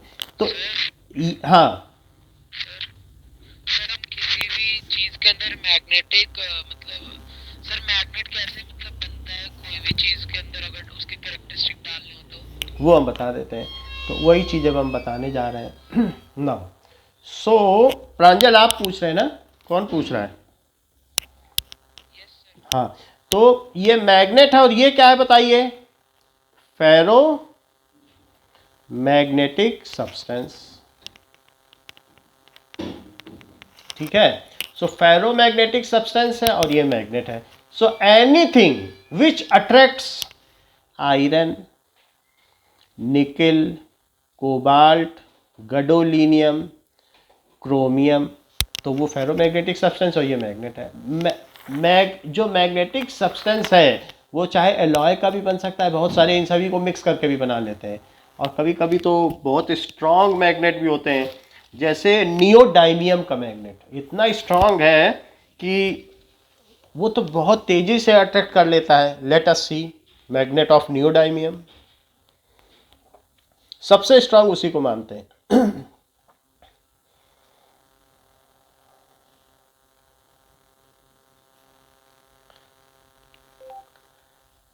Neodymium magnet. ओके, सो ये बहुत ज्यादा खतरनाक हो सकता है। तो आज हम क्या करेंगे भाई, हमारे पास में यहाँ पर है दो मैग्नेट्स जो कि इन दोनों बॉक्स के अंदर हैं, और ये है भाई मॉन्स्टर मैग्नेट्स जो कि काफी ज्यादा बड़े साइज के और काफी ज्यादा पावरफुल हैं। इनके बीच में एक काफी मोटी शीट है दोनों बॉक्सेस के बीच में, लेकिन भाई फिर भी इनको अलग करना बहुत ही ज्यादा मुश्किल है यार। आप देखो इन दो डब्बों के और भाई यहाँ पर ये निकाल लिया, ये देखो मैग्नेट्स को उठाने जा रहा हूँ, लकड़ी है बीच में, कम से कम मैं 1 फीट की दूरी पर रखूंगा। अगर ये दोनों पास आती हैं तो बहुत ही तेज रफ्तार कई 100 किलोमीटर की स्पीड पकड़ लेती है जब बिल्कुल पास आएंगी। तो मैं रखूंगा इनको दूर, वापस से सेफली रख देते हैं। दोस्तों लकड़ी का ये टुकड़ा हमने स्पेसिफिकली कटवाया है इसी पर्पस के लिए। हमने देखो इस तरीके का त्रिभुज की शेप में, ट्रायंगुलर शेप में इसको बनाया है। तो इसको रखते हैं। तो भाई दोनों मैग्नेट्स को लाता हूं पास में, बीच में है ये लकड़ी और ऑलरेडी इन दोनों में अट्रैक्शन मुझे फील हो गया। तो अब हम जैसे ही इनको देखो इस तरफ में लाएंगे, मैग्नेट जो है आपस में पास आती जा रही है। और देखो मैं दिखाऊं ये कितना अट्रैक्ट कर रही है। देखो भाई मतलब इसमें लगभग 3 इंच की दूरी है, लेकिन एक को खींच रहा हूं, नहीं थोड़ा और देखें तो मतलब हमने काफी ये ज्यादा दिखा नहीं रहा। अगर इसके बीच में कोई भी चीज रख दी जाए तो उसको क्रश कर देगी। देखो मामूली सा जो है अपने एक्सिस से हिलती है। तो भाई हमने एक बेसिस कर रहा हूँ, बस ये मैग्नेट ये दिखा दी थी ना कि वापस ना आ जाए ऊपर से। क्योंकि इसमें काफी अट्रैक्शन हाँ, है। तो अब इनका जो कांटेक्ट है फिजिकल, हाँ, तो इसमें क्या होता है कि हीट, देखो अब देख लो, ये हीट आपने देखी, फ्लैश पैदा हो रहा है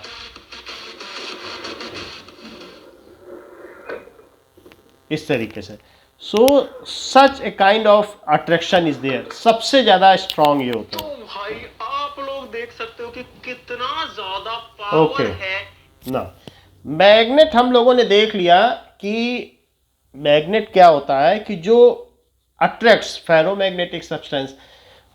व्हाट इज मैग्नेट? मैग्नेट होता क्या है कि जिसमें मैग्नेट बनता किस चीज से है? So all the electron, magnet की खास बात क्या है कि इसको क्या करते हैं कि एक ऐसी टेबल जो नॉर्थ साउथ डायरेक्शन में हो, मतलब एक तरफ नॉर्थ पोल हो, ये नॉर्थ पोल है, और एक तरफ साउथ पोल हो, साउथ पोल। मेरा कहने का मतलब ये पूरी अर्थ है, तो हमने एक टेबल रख ली है अर्थ पे, अर्थ की सरफेस पे ही तो रखेंगे, तो जो नॉर्थ की ओर जाएगा, ठीक है कि नहीं, नॉर्थ पोल है। तो अब ये देखिए, तो हमने इस पे एक सिर्फ एक आयरन का पीस ऐसे रखा, ये आयरन का पीस रख दिया, तो आयरन का पीस रखा और इसको थोड़ा हीट कर लिया, और हीट करने के बाद ठक ठक ठक ठक ठक ठक किया, तो इससे क्या होगा, all the electrons get oriented. इसमें जितने भी इलेक्ट्रॉन्स होंगे वो एक पर्टिकुलर डायरेक्शन में ऐसे सर्कल चक्कर मारते रहेंगे, बस ऐसे। तो all the electrons get oriented in one direction, इस चीज से। अब पहले क्या थे, पहले ही एक डायरेक्शन में नहीं थे, एक इलेक्ट्रॉन इधर चक्कर मार रहा था, एक इलेक्ट्रॉन का मैग्नेटिज्म इधर था, तो ये आपस में एक दूसरे के इफेक्ट को कट कर रहे थे, सब इधर उधर घूम रहे थे। लेकिन अभी क्या हुआ, जब मैं इस पर ठक ठक ठक ठक ठक ठक ठक ठक कर रहा हूँ और ये नॉर्थ साउथ पोल पे रखे हैं, या फिर आप इसे किसी नियोडायमियम के मैग्नेट के पास रख दो और फिर उसमें ठक ठक ठक ठक करो, या 2-4 दिन के लिए छोड़ दो, छोड़ ही दो, आपको ज़्यादा नहीं करना है, वो आयरन पीस अपने आप मैग्नेटिक हो जाएगा, क्योंकि इसमें इतना स्ट्रेंथ है नियोडायमियम में। तो वो क्या करेगा, उसके पास कुछ भी रखा जाए 1-2 दिन के अंदर उसे मैग्नेटिक कर देता है। बात समझ में आ गई आपको? मैं जो भी नेल अपने मैग्नेट के पास रखता हूँ और 1 साल बाद उठाता हूँ तो वो मैग्नेटिक हो जाता है, फिर मैं उससे एक्सपेरिमेंट नहीं कर पाता हूँ, मुझे नया नेल लाना पड़ता है हर बार, ठीक है। कभी कभी क्योंकि वो रिपेल भी हो जाएगा, तो लोग कहेंगे अरे ये नेल कैसे रिपेल हो रही है, ये तो फेरोमैग्नेटिक नहीं है, ये तो मैग्नेट है, तो इसलिए मुझे हर बार नया नेल लाना पड़ता है। अब जरा देखिए, तो जब when all the atoms and electrons get oriented, then atom itself is a magnet, क्योंकि इलेक्ट्रॉन अगर एक डायरेक्शन में रोटेट कर रहे हैं तो वो मैग्नेट है। Atom is a tiny magnet when their gross effect is making a permanent magnet। तो ये जो हमारे हाथ में ये क्या है, क्या ये परमानेंट मैग्नेट है, ठीक है कि नहीं?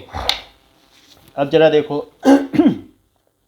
कि मैग्नेट कई तरीके से भी हो सकते हैं, कि अगर आप किसी एक सर्कुलर, ऐसा सर्कुलर वायर ले लो और उसको क्या करो, इसको ऐसे इसमें करंट प्रोड्यूस करो, तो आप देखोगे कि इसका एक एंड, इसमें करंट फ्लो कर रही है, एक एंड कोई नॉर्थ होगा और एक साउथ हो जाएगा, अपने आप ये बाहर मैग्नेट है। इसको क्या कहेंगे कि इस तरीके का अगर कुछ भी हो जो कॉइल होती है, तो coil is acting itself as a magnet, जिसे सोलिनॉइड कहते हैं, that I will show you later on, ठीक है, ठीक है। तो ये है, हमने क्लासरूम में भी दिखाई आप लोगों को। तो इस तरीके की सोलिनॉइड है, कॉपर की कॉइल। तो अब ये जो चीज़ है ये एक मैग्नेट है। अगर मान लो मैं इसके पास एक दूसरा बार मैग्नेट लाऊं, तो वो क्या करेगा, इसमें करंट फ्लो कर रही है, तो क्या ये मैग्नेट नहीं हुआ? ओर्स्टेड ने तो पहले ही बता दिया है कि अगर मान लीजिए किसी भी चीज़ में करंट फ्लो कर रही है तो वो मैग्नेट बन जाता है। तो ये सोलिनॉइड है जिसमें एक कॉइल है। अभी पिछला वीडियो भी दिखाया था, उसमें भी ऐसे कॉइल थी, तो जहां भी कॉइल होगी वो सोलिनॉइड होगा। तो ये रिपेल कर जाएगा, ये भी रिपेल होगा। नाउ मैग्नेट क्या होता है, जो फेरोमैग्नेटिक सब्सटेंस को अट्रैक्ट करे उसे मैग्नेट कहते हैं। There are various kinds of magnet. कौन कौन से मैग्नेट हो सकते हैं? सो देयर आर देख लो, ये हो सकता है यू शेप का मैग्नेट हो सकता है, या एक हमने दिखाया बार मैग्नेट हो सकता है, और क्या हो सकता है, सर्कुलर मैग्नेट भी हो सकता है। ऐसा भी हो सकता है कि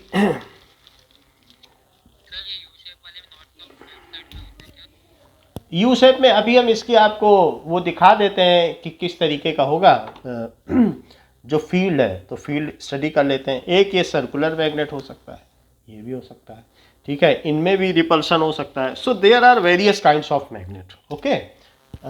और भी कई तरीके के मैग्नेट बाजार में मिलेंगे। ये हमारे पास बहुत छोटे छोटे हैं बट ये बहुत स्ट्रांग है। दीज आर नियोडाइमियम के मैग्नेट हैं, ये नियोडाइमियम के। तो इस तरीके से भी हो सकता है। अब देखो ना, तो मैग्नेट तो आपको समझ में आ गया। जो फेरोमैग्नेटिक सब्सटेंस को अट्रैक्ट करे उसको कहते हैं मैग्नेट। अब मैग्नेट का फ्लो चार्ट देखो। मैग्नेट आर ऑफ अभी हम आपको दिखा देंगे।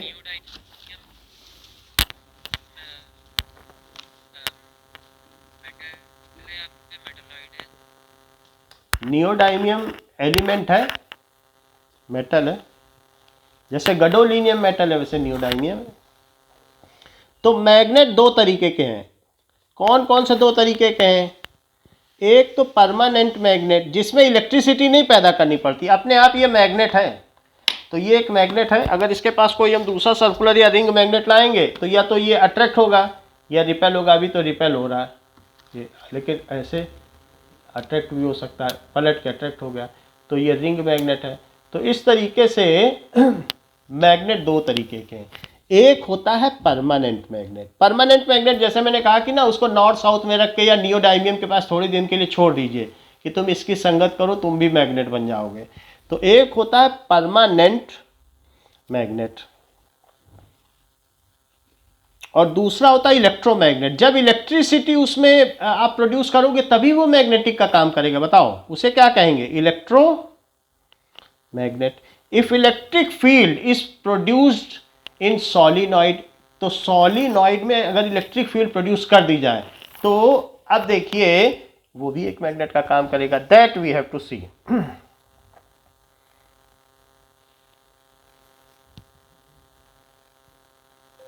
Electric field of solenoid. So क्योंकि हमें मालूम है इलेक्ट्रिक करंट अगर प्रोड्यूस हो तो क्या होगा?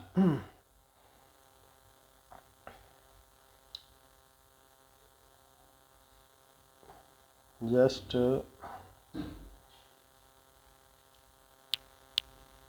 Electric field of solenoid experiment.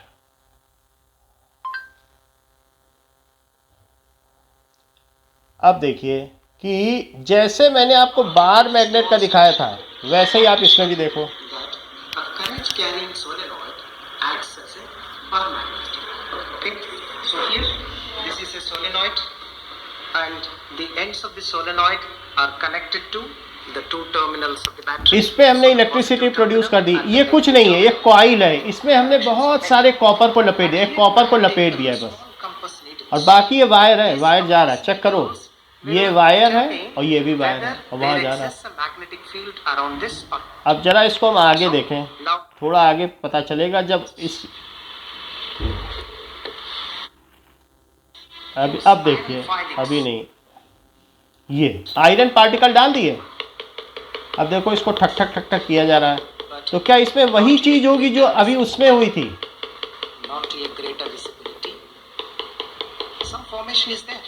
अभी ये थोड़ा अगर इसको और सेट कर देते तो हो जाता है।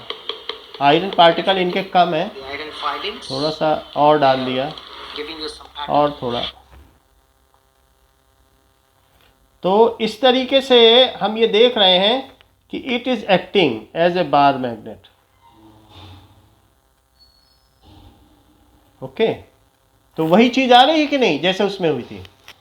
ओके, तो दो तरीके के मैग्नेट हैं। कौन कौन से हैं? पर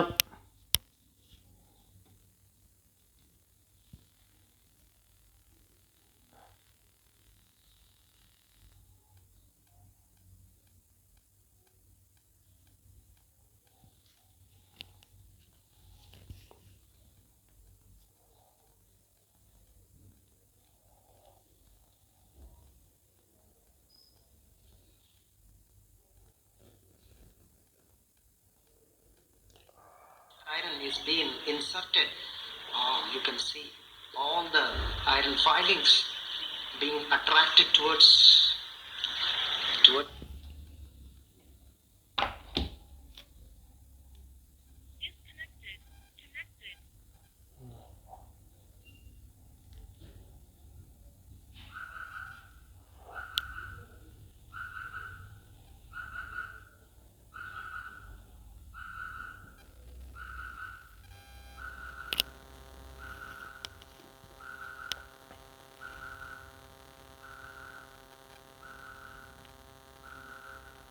okay, now am I audible? अभी आवाज आ रही है? ओके, तो हमने अभी देखा कि solenoid was acting as a bar magnet. चलो कोई बात नहीं, जब इलेक्ट्रिक करंट प्रोड्यूस हो तो उसे इलेक्ट्रोमैग्नेट कहते हैं। अगर इलेक्ट्रिसिटी से मैग्नेटिज्म प्रोड्यूस किया जाए तो इलेक्ट्रोमैग्नेट है। और जो परमानेंट मैग्नेट है वो हमने आपको दिखा दिया है कि नॉर्थ साउथ करके ये परमानेंट मैग्नेट है। ठीक है, अब जरा देखो इस तरीके से नॉर्थ साउथ हो जाएगा तो परमानेंट मैग्नेट हो जाएगा। परमानेंट मैग्नेट कौन से होते हैं? जैसे यू शेप होते हैं, बार मैग्नेट होता है, रिंग मैग्नेट होता है, ये सारी चीजें। ये सॉलिनॉइड सर्कुलर जैसा होता है, तो उसमें जब करंट फेड की जाएगी तो तभी ये एक मैग्नेट का काम करेगा, ये चीज। सो this is a kind of bar magnet. अगर इसके चारों तरफ भी पार्टिकल डाल दिए जाएं तो वो ऐसे ऐसे स्कैटर्ड हो जाएंगे, बिल्कुल उसी पैटर्न पर। ठीक है, ये एक्सपेरिमेंट हम करके दिखा देंगे। अदरवाइज आप नेट में भी सर्च करेंगे तो experiment that is magnetic field of solenoid, तो बहुत सारे वैसे ही मिल जाएंगे। चलिए, अब हमने कई चीज़ें आपको दिखा दी हैं। सो परमानेंट मैग्नेट दिखा दिया है, इलेक्ट्रोमैग्नेट दिखा दिया है। Now let us see the magnetic field of U shape magnet. तो उसे कहते हैं horse shoe magnet. U shape magnet का दूसरा नाम क्या है? Horse shoe magnet. तो उसमें हम फील्ड देख लें कि कैसी बनेगी।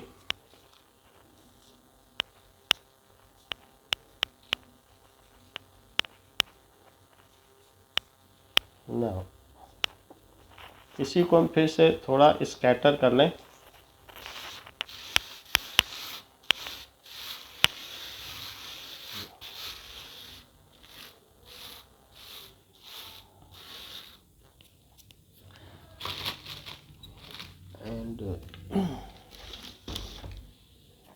ये देखिए, तो इसमें जहां डॉट होता है वो नॉर्थ होता है। डॉट का मतलब नॉर्थ है। अगर कहीं वाइट कलर का है, आपको ये चीज़ याद रखनी है कि जैसे ये अट्रैक्ट नहीं हो रहा है, साउथ अट्रैक्ट हो जाएगा। साउथ अट्रैक्ट हो गया, ये इसमें अट्रैक्टेड है, तो ये नॉर्थ है। इसको रख के देख लो तो आप इसकी फील्ड देख लीजिए कैसी बनती है। समझ में आ गया? इसके दो पोल कौन से हैं? ठीक है, ये तो बीच में ऐसे ही फालतू में आ गया है, बीच वाला। ठीक है, बीच में भी बन रहा है। However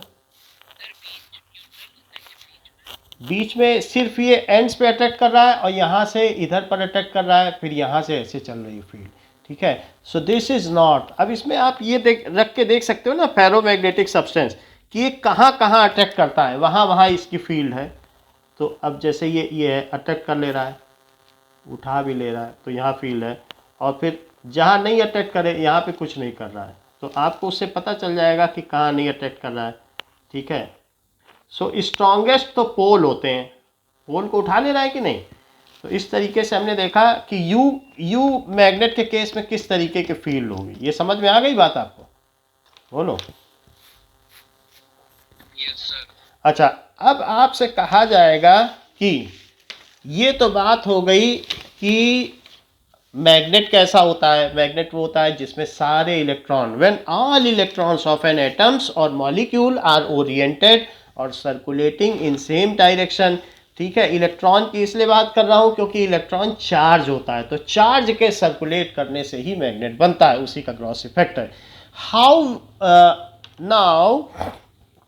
how would you draw magnetic field around a bar magnet? तो अब हम ये देखें तो जरा देखो, पहले मैग्नेटिक फील्ड लाइंस क्या होती है? Field, the direction in which iron particles experience a force around magnet is called magnetic field। बहुत आसान है कि नहीं? देखो हमने पहले बताया था जिसमें मास जिधर अट्रैक्ट हो उसे ग्रेविटेशनल फील्ड कहा था, फिर उसके पीछे हमने ये भी बताया था ना, ये चार्ज जिधर जाए उसे इलेक्ट्रिक फील्ड कहा था। अब मैं क्या कह रहा हूँ, अब तीसरी बात, मैग्नेटिक फील्ड में क्या बोल रहा हूँ? The direction in which iron particles, iron particle ना बोलो, आयरन पार्टिकल से अच्छा है फेरोमैग्नेटिक सब्सटेंस बोलो। The direction in which ferromagnetic substance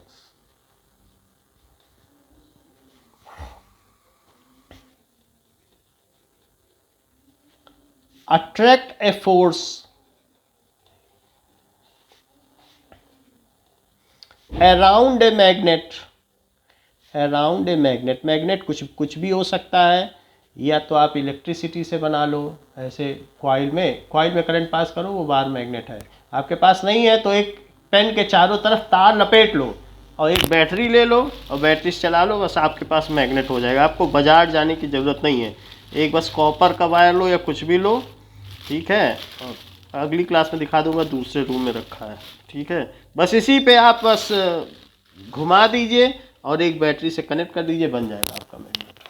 यही है और कुछ नहीं। The direction in which ferromagnetic substance attract a force around a magnet, जिसमें वो फोर्स अट्रैक्ट करे, ठीक है।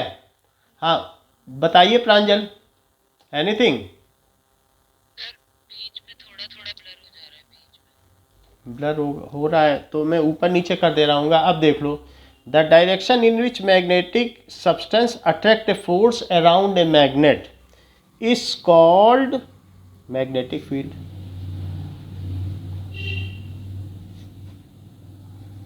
आवाज भी कट रही है, is there is obstruction in voice also? ठीक है, स्क्रीन ब्लर है तो मैं फिर से रिकनेक्ट कर ले रहा हूँ।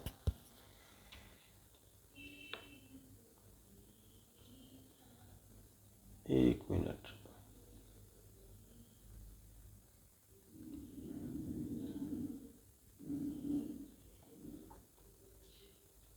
ठीक है। चलो, ब्लर आ रही स्क्रीन? चलो सही है। अब देखिए आप कि एक बार मैग्नेट लेते हैं, ओके तो हम किस तरीके से, how to draw magnetic field around a magnet?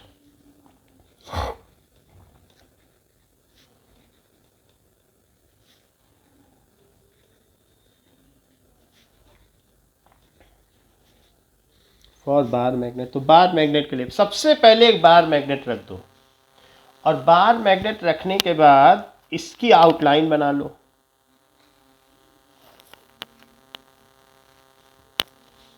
ऐसे हमने इसकी आउटलाइन बना ली, ये एक्सपेरिमेंट आता है आपके सिलेबस में है। ऐसे हमने इसकी आउटलाइन बना ली। अच्छा, ये नॉर्थ है और ये साउथ है। अभी इसका दिख नहीं रहा है क्योंकि इसमें आयरन पार्टिकल चले गए हैं, बट ये नॉर्थ है और ये साउथ है। अब देखो कि इसके चारों तरफ मैग्नेटिक कंपास ले लीजिए। मैग्नेटिक कंपास को जरा ध्यान से देखो, तो मैग्नेटिक कंपास में एक एरो दिख रहा है आपको, एक तरफ एरो है, तो एरो बताता है कि वो नॉर्थ पोल की ओर रहेगा, और ये पिवोटेड है, ऊपर और नीचे एक नेल लगा हुआ है, आप देख रहे हैं ना, नेल पे पिवोटेड है। ये किस पे पिवोटेड है? नेल पे। ये फ्रीली घूम सकता है, तो इसके चारों तरफ रखो। तो अब जरा आप देखिए इसमें कि यहाँ पर जिधर पर रखने पर, तो हमने इसकी आउटलाइन बना ली, तो अब यहाँ पर ये जो मैग्नेटिक कंपास है, इसके नीडल का एरो किधर है? Could you locate it? देखो उसका बैक पोर्शन ये है, एरो ये है, तो आपको ये पता चल रहा है कि एरो ये है, ठीक है कि नहीं। सो दिस इज एरो। तो यहाँ पर एक ऐसे बना लो ये डायरेक्शन, क्योंकि अब यहाँ पर आप एक चाहो तो बना लो कि यहाँ पर हमने कंपास रखा था और एरो इधर आया, ऐसे ही आया था कि नहीं एरो, ये देखो आया कि नहीं, दिख रहा है कि नहीं आपको। फिर यहाँ रखो, अब एरो किधर आया, एरो इधर आया और बैक पोर्शन इधर आया। तो फिर से इस पे एक बना लीजिए कि now compass is kept over here, और फिर देखो किधर आ रहा है, तो इधर आया है, ये बना लीजिए। यहाँ रखो, तो यहाँ रखने पे कैसा आ रहा है, ठीक है। तो now this is somewhere here, तो इस पर आप यहाँ बना लें, तो it is now this side. फिर इसी तरीके से यहाँ से भी शुरू करें, जस्ट सी, अभी एरो ये है, दिस इज एरो, ठीक है भाई। आप ये देखो कि इसमें जो साउथ की ओर है, पहली बात तो ये देख लो कि एक कंपास का काम क्या है। अच्छा मुझे ये बताओ, इसको छोड़ दीजिए आप, ये कंपास है जो नॉर्थ की ओर जा रहा है, नॉर्थ की ओर जा रहा है, उस पोल को क्या कहना चाहिए, जो अर्थ के नॉर्थ की ओर जाए उसे क्या कहना चाहिए। इसी कंपास में देखो भाई, अर्थ में तो आपको मालूम है, ठीक है कि नहीं। तो इस तरीके से जैसे कभी भी किसी भी कंपास को आपने क्या किया, फ्रीली सस्पेंड कर दिया, हवा में इस तरीके से सस्पेंड कर दिया, तो अगर फ्रीली सस्पेंड कर दिया या पिवोट, तो ये नॉर्थ साउथ की ओर रहेगा। अच्छा अर्थ खुद एक मैग्नेटिक फील्ड है, अर्थ क्यों मैग्नेटिक फील्ड है आपको मालूम है, अर्थ क्यों मैग्नेट है बताइए। अर्थ के पास निगेटिव चार्ज है और अर्थ लगातार घूम रही है, तो क्या अर्थ के सारे चार्जेस एक डायरेक्शन में घूम रहे हैं, पूरी अर्थ घूम रही है क्या। सो अर्थ में एक हमने यहां पर एक लटका दिया मैग्नेट या कंपास है, तो कंपास में अब जरा देखो, जस्ट इसको मैं करके दिखा दूं आपको तो पता चले। ये अर्थ है और अर्थ के सेंटर में मैंने एक मैग्नेट रख दिया है, ठीक है। जस्ट ये हमने अर्थ के सेंटर में एक मैग्नेट रख दिया है। अब जरा देखिए, तो हमने इसमें एक अर्थ में छिपा लिया है अंदर मैग्नेट, तो इस पर इफेक्ट आएगा। तो अब ये देखो ऊपर आप एरो देख रहे हो, तो जस्ट एक मिनट में इस मैग्नेट को एक रीओरिएंटेड कर दूं आपके लिए, ये कर दिया मैंने, ये देखो। अच्छा इसका एरो और वो दिख रहा है आपको क्या, कि एरो किधर, मैं उठा के दिखा दूं, एरो दिख रहा है आपको।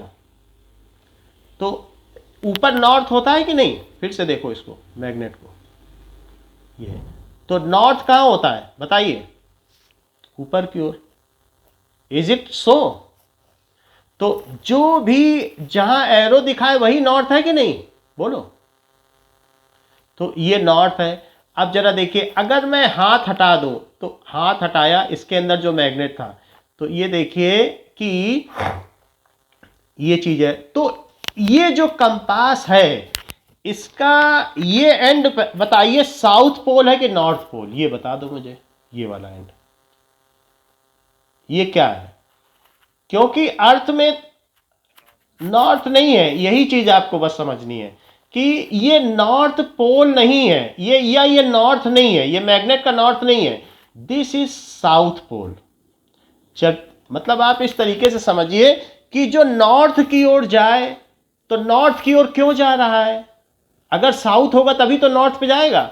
फिर से देख लो, ये अर्थ पे मैंने रख दिया, अर्थ खुद एक मैग्नेट है कि नहीं, बार मैग्नेट, क्योंकि वो ऐसे चक्कर मार रहे हैं उसके सारे इलेक्ट्रॉन चार्जेस, तो अर्थ क्या हो गया, it is a kind of bar magnet, क्योंकि सर्कुलेटिंग चार्जेस क्या होते हैं, क्या वो बार मैग्नेट होते हैं। तो अब जैसे ये हमने कंपास रखा, तो कंपास में जो इसकी डायरेक्शन हुई वो डायरेक्शन ऑफ मैग्नेटिक फील्ड है, यही जो एरो है यही इसकी डायरेक्शन ऑफ मैग्नेटिक फील्ड है। तो वी कैन से दैट कि अब ये जो पोल है it is called north seeking pole. हम अगर कंपास की बात करें तो compass is acting as a north seeking pole. अब जरा यहाँ देखो कि मैंने यहाँ पर इसको ऐसे रख दिया, नॉर्थ और साउथ को। तो अब ये देखो ये किधर गया, एरो किधर है, बोलो, नॉर्थ की ओर जा रहा है, बताइए, एरो आप देख रहे हो कि नहीं? Could you notice the arrow? तो इसे नॉर्थ होना चाहिए कि साउथ होना चाहिए, बताओ? साउथ होना चाहिए। तो साउथ होगा तभी तो अर्थ के नॉर्थ की ओर जाएगा, बोलो, बात समझ में आई कि नहीं? जैसे मैंने ये नॉर्थ है, साउथ ये रख दिया, तो अब इसे क्या होना चाहिए कि अब इसके ऊपर हाथ रख लो, इसे अर्थ बना लो, और अर्थ बनाने के बाद now if we place it over here, तो ये कहाँ जाएगा? तो इसकी पोजीशन देखो, ये ऊपर जा रहा है कि नहीं? आसपास बहुत सारे मैग्नेट है, इसलिए इसकी सही तरीके से अलाइनमेंट नहीं है, कई मैग्नेट आसपास रखे हैं, यू मैग्नेट भी है, तो उसका इफेक्ट आ रहा है, अदरवाइज ये ऊपर जा रहा है। ओके, अब जरा देखें कि अगर हमें how to draw a magnetic field, तो यहाँ पर हमने नॉर्थ साउथ रख दिया। सबसे पहले इसी चीज को समझो, ये तो what ever is the direction of compass needle, तो कंपास नीडल की क्या डायरेक्शन है? इधर है, एरो देखिए आप, अब देखो एरो, अब देखो एरो, तो बस इसको ड्रॉ करते जाओ। अब एरो देखो, तो अब यहाँ पर भी एक बना लो, तो यहाँ पे एरो कैसा है? इधर। फिर अब देखो यहाँ पे एरो देखो, तो यहाँ पर भी एक बना लो। अब यहाँ एरो कैसा था?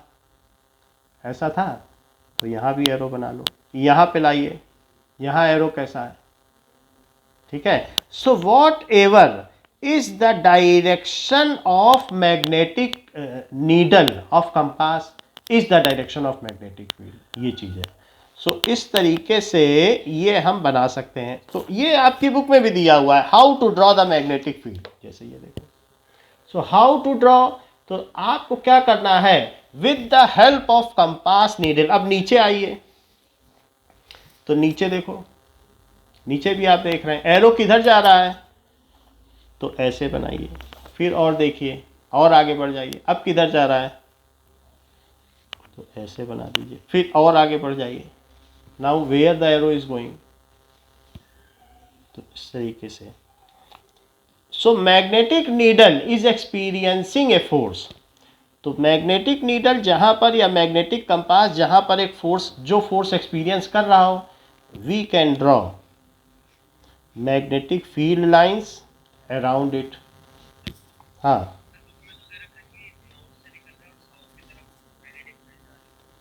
ओके ओके, जस्ट ये देखिए, ये तो अब ये देखो कि इतनी बात हो गई, ठीक है। सो एक मिनट,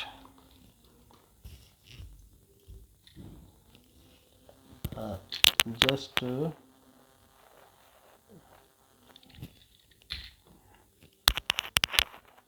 ये साउथ क्यों जा रही है? देखो हमारे दो कंपास खराब हो गए, क्योंकि ये क्या है ना, एक साथ रखे रहते हैं, दो अलग अलग कंपास हैं। देखो इसका रेड इधर आ रहा है, ये खराब हो चुका है। सो इसका सही है, ये वाला कंपास खराब है, क्योंकि ये सब एक साथ रखे रहते हैं। ये भी कंपास खराब हो गया, क्योंकि अब इसका भी नॉर्थ में जा रहा है। आप देख रहे हो कि इसका एरो किधर हो रहा है, नॉर्थ में। इस तरीके से जो भी अगर हमें कंपास करना है, तो मैं नया निकालता हूँ, लेट अस चेक इट, कि एक फ्रेश पीस निकालता हूँ। ये देखिए, इस वाले कंपास को देखें, तो पहले इसको रखेंगे। ये बात सही है कि साउथ की ओर जाएगी, ठीक है। अब ये देखो, इसको हमने किया, इसका क्या है, ये भी गलत हो गया कंपास। तो एक साथ रखने में एक सही है, इसी को यूज़ करेंगे। ये देखो, तो अब इस कंपास को देखो, इसमें क्या हो रहा है, नॉर्थ से निकलनी चाहिए और कहाँ जानी चाहिए, साउथ में जानी चाहिए। ओके, सो नॉर्थ से निकलनी चाहिए, तो हम एक कंपास रखें। ये फिगर अभी कैंसिल करो, इस दूसरे में चलते हैं, बिकॉज जो क्या है कि एक साथ रखने से हमने आपको बताया ना कि इसमें आप रख दो तो उसका मैग्नेटिज्म भी चेंज हो जाता है। आप ये देख लीजिए, परमानेंट मैग्नेट था, अगर गलत तरीके से रखोगे तो वो रिवर्स हो जाएगा। इसी वजह से हमें इतने कंपास खरीदने पड़ गए। सो अब ज़रा चेक करें। तो सबसे पहले how will you draw a magnetic field lines, तो उसके लिए जैसे बुक में है नॉर्थ साउथ, एक उसके चारों तरफ आउटलाइन कर लें। ठीक है, अब आउटलाइन करने के बाद आप क्या करें, एक मैग्नेटिक कंपास रखें इसके चारों तरफ, नॉर्थ पे नॉर्थ लिख लें। बनाने को आता है? क्या आपको पता होना चाहिए हाउ टू ड्रॉ। देखो अभी हमने क्या आयरन पार्टिकल्स में हमने देखा कि वो इसी तरीके से तो हो गए थे कि नहीं, चारों तरफ इसके ऐसे फैल गए थे कि नहीं, बोलो। Yes sir. अब ऐसा ही तो कुछ था, लेकिन कहाँ से निकलती है और कहाँ जाती है तो वो हमें देखना है।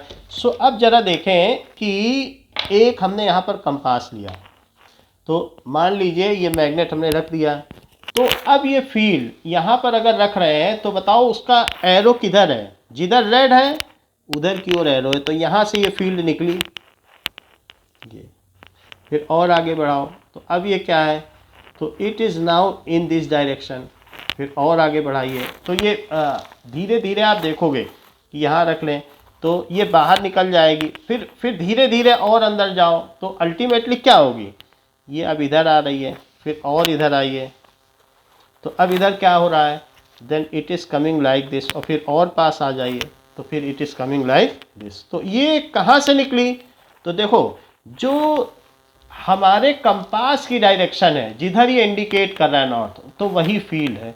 सो इट इज़ अब यहाँ पर देखें कि जैसे ये देखो ये वाला मैग्नेट सही है, अगर मान लीजिए ये हमारा कंपास, ये कंपास सही है तो ये कंपास बता रहा है कि नॉर्थ इधर है, क्या ये कंपास क्या बता रहा है कि नॉर्थ इधर है, तो अर्थ में जहां वो नॉर्थ बता रहा है वो एंड कौन सा होना चाहिए अर्थ में, बताइए। अर्थ अगर एक खुद एक अर्थ है तो अर्थ में वो चीज क्या होनी चाहिए,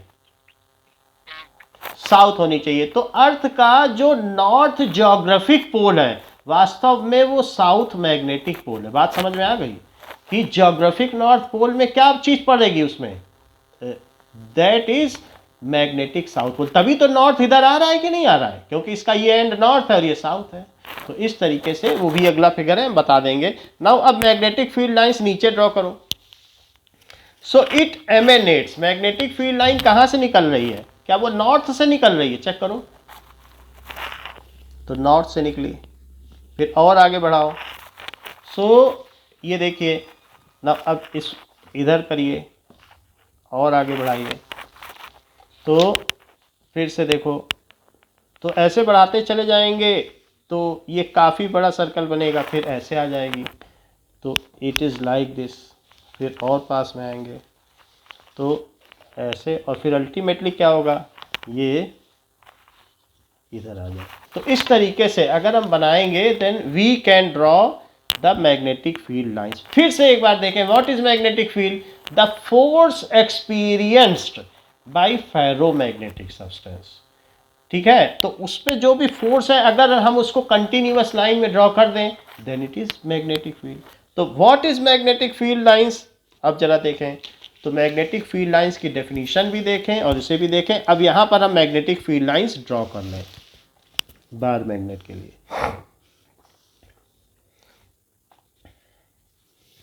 इट एमेनेट्स, ये कहाँ से निकलती हैं, it comes out from north pole and moves continuously and enter through south pole. Inside it moves from south to north and makes a continuous loop. ये अच्छा, यहां पर भी देखो जो इनसाइड है, इनसाइड में जितनी भी मैग्नेटिक फील्ड लाइंस हैं वो सब यूनिफॉर्मली स्पेस्ड हैं। अच्छा, सब नॉर्थ से ही निकलेंगी और साउथ में जाएंगी, ऐसा होगा। ठीक है, कभी भी ऐसा मत कर देना कि यहाँ से ना निकाल देना, यहाँ से निकाल के यहाँ ना डाल देना, क्योंकि बीच में कहीं फोर्स नहीं है, सिर्फ एंड पर ही है। तो बुक में भी ये प्रयास किया है कि नॉर्थ से निकाला जाए। ठीक है, उसके साइड को भी आप मत लेना, सिर्फ नॉर्थ से ही निकालना। So all field enter through north, ये emanate through north and enter through south. तो एंटर करती है साउथ में और अंदर कैसे चलती है बताओ। क्या अंदर साउथ टू नॉर्थ, और ये बीच वाली है ये सीधी निकल जाएगी। अच्छा, इस तरीके से इसको बनाया जा सकता है। So this is however in mid position they dilate, dilate का मतलब खुलती हैं, and at the poles they get compressed, क्या वो पास पास आ रही हैं। सो दीज आर डायलेटिंग, या लेटरली डायलेट, लॉन्गिट्यूडनली कंप्रेस। जरा और देखें तो एक ये फील्ड है, सो दैट नॉर्थ से निकली और साउथ में चली गई, इसे बनाएं। तो इस तरीके की फील्ड आप बनाएंगे, फील्ड लाइंस, तो इस पर फुल मार्क्स मिलेंगे आपको। All fields are coming out, book में भी है। एक और बनाना हो तो कोई लाइन किसी को क्रॉस ना करे। अच्छा, अब जरा देखो मैग्नेटिक, ये तो आपने क्या बनाया, लिखो magnetic field lines around bar magnet.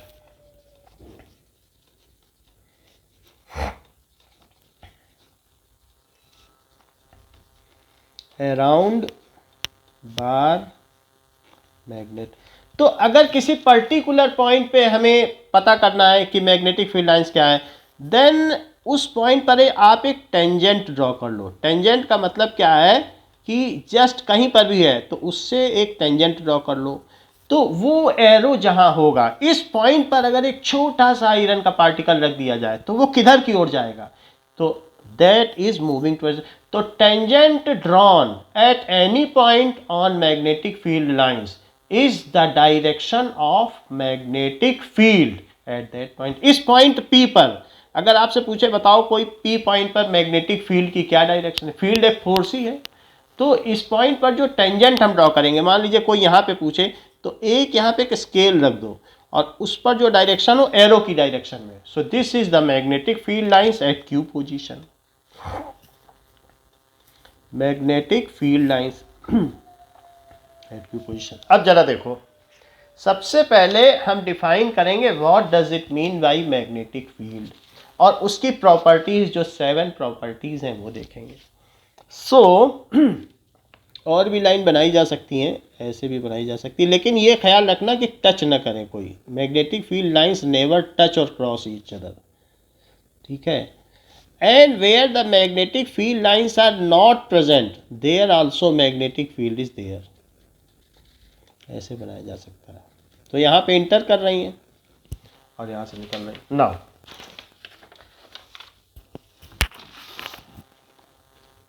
let us see that magnetic field lines क्या होती हैं।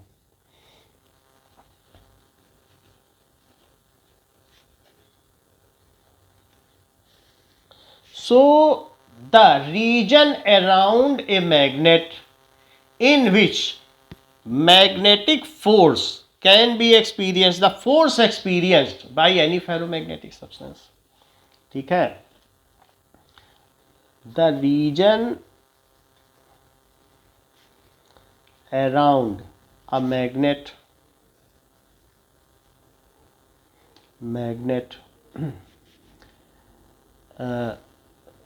The force experienced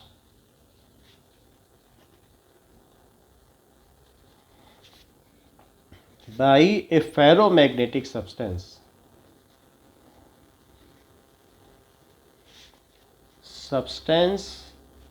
is called magnetic field।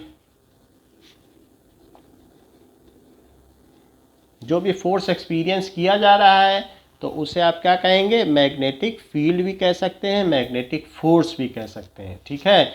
And it is expressed by magnetic field lines. अब हेडिंग देख लो, magnetic field and magnetic field lines. तो magnetic field है लेकिन उसे एक्सप्रेस कैसे करेंगे, उसको एक्सप्रेस करते हैं मैग्नेटिक फील्ड लाइन से। And it is represented by magnetic field lines। अब जरा देखो, the imaginary lines drawn around a magnet। so magnetic field lines की अब डेफिनेशन देखिए, magnetic field lines so the imaginary, अपने मन से कितनी भी ड्रॉ कर लो, कोई उसमें सोचने का नहीं है। Imaginary lines drawn around a magnet, bar magnet नहीं लिख रहा हूं क्योंकि किसी भी मैग्नेट के चारों ओर होंगी, अराउंड ए मैग्नेट, ठीक है। सो ये ड्रॉन अराउंड ए मैग्नेट इन विच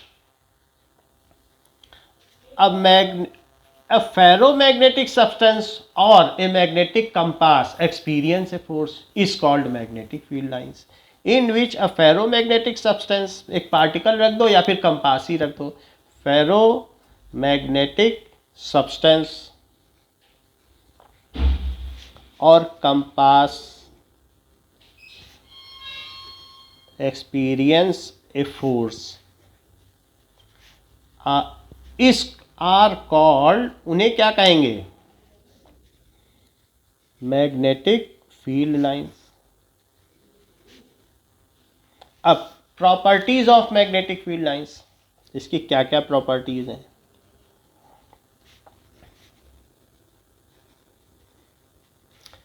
चाहे किसी भी तरीके की मैग्नेट हो, यू मैग्नेट हो, रिंग मैग्नेट हो, हमेशा ये नॉर्थ पोल से निकलेंगी। इट कम्स आउट, पहली बात है these are continuous, these are continuous in nature.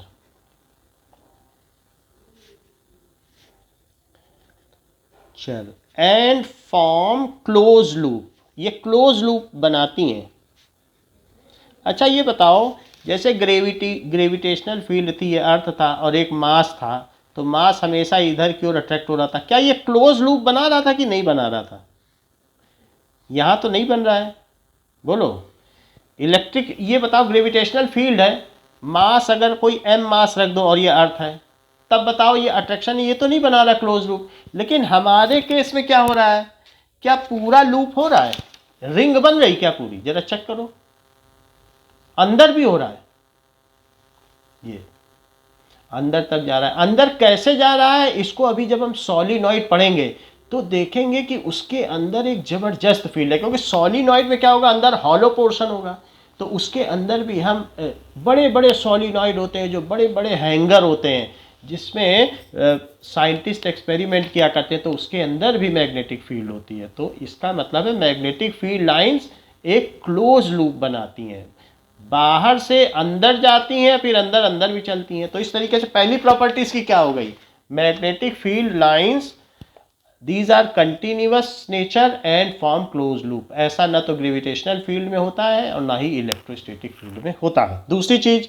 It comes out from north, comes out from north. तो now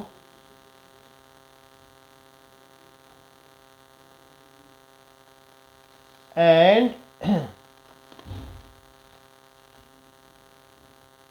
it comes out from north and enter through south,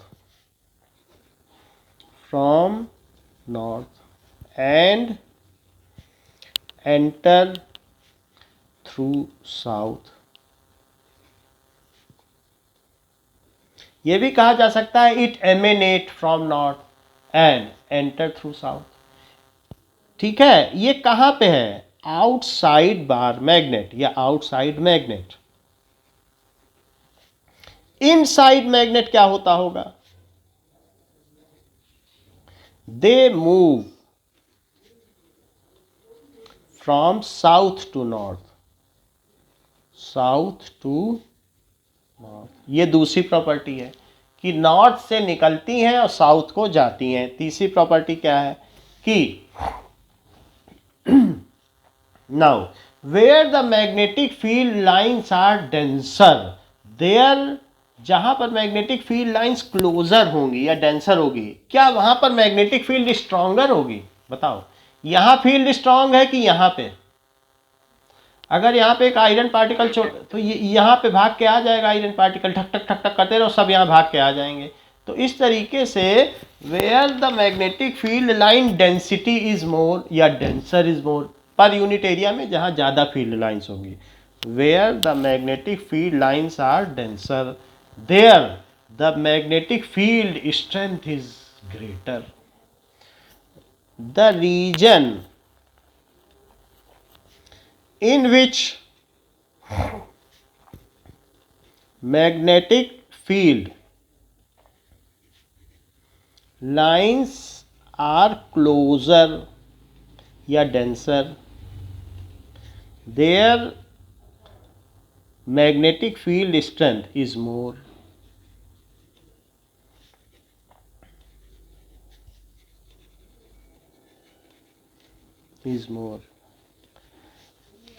अब जरा देखो, हम अगर ज़्यादा आयरन बर्स डालते तो हमारी और ज़्यादा आयरन मैग्नेटिक फील्ड बनती.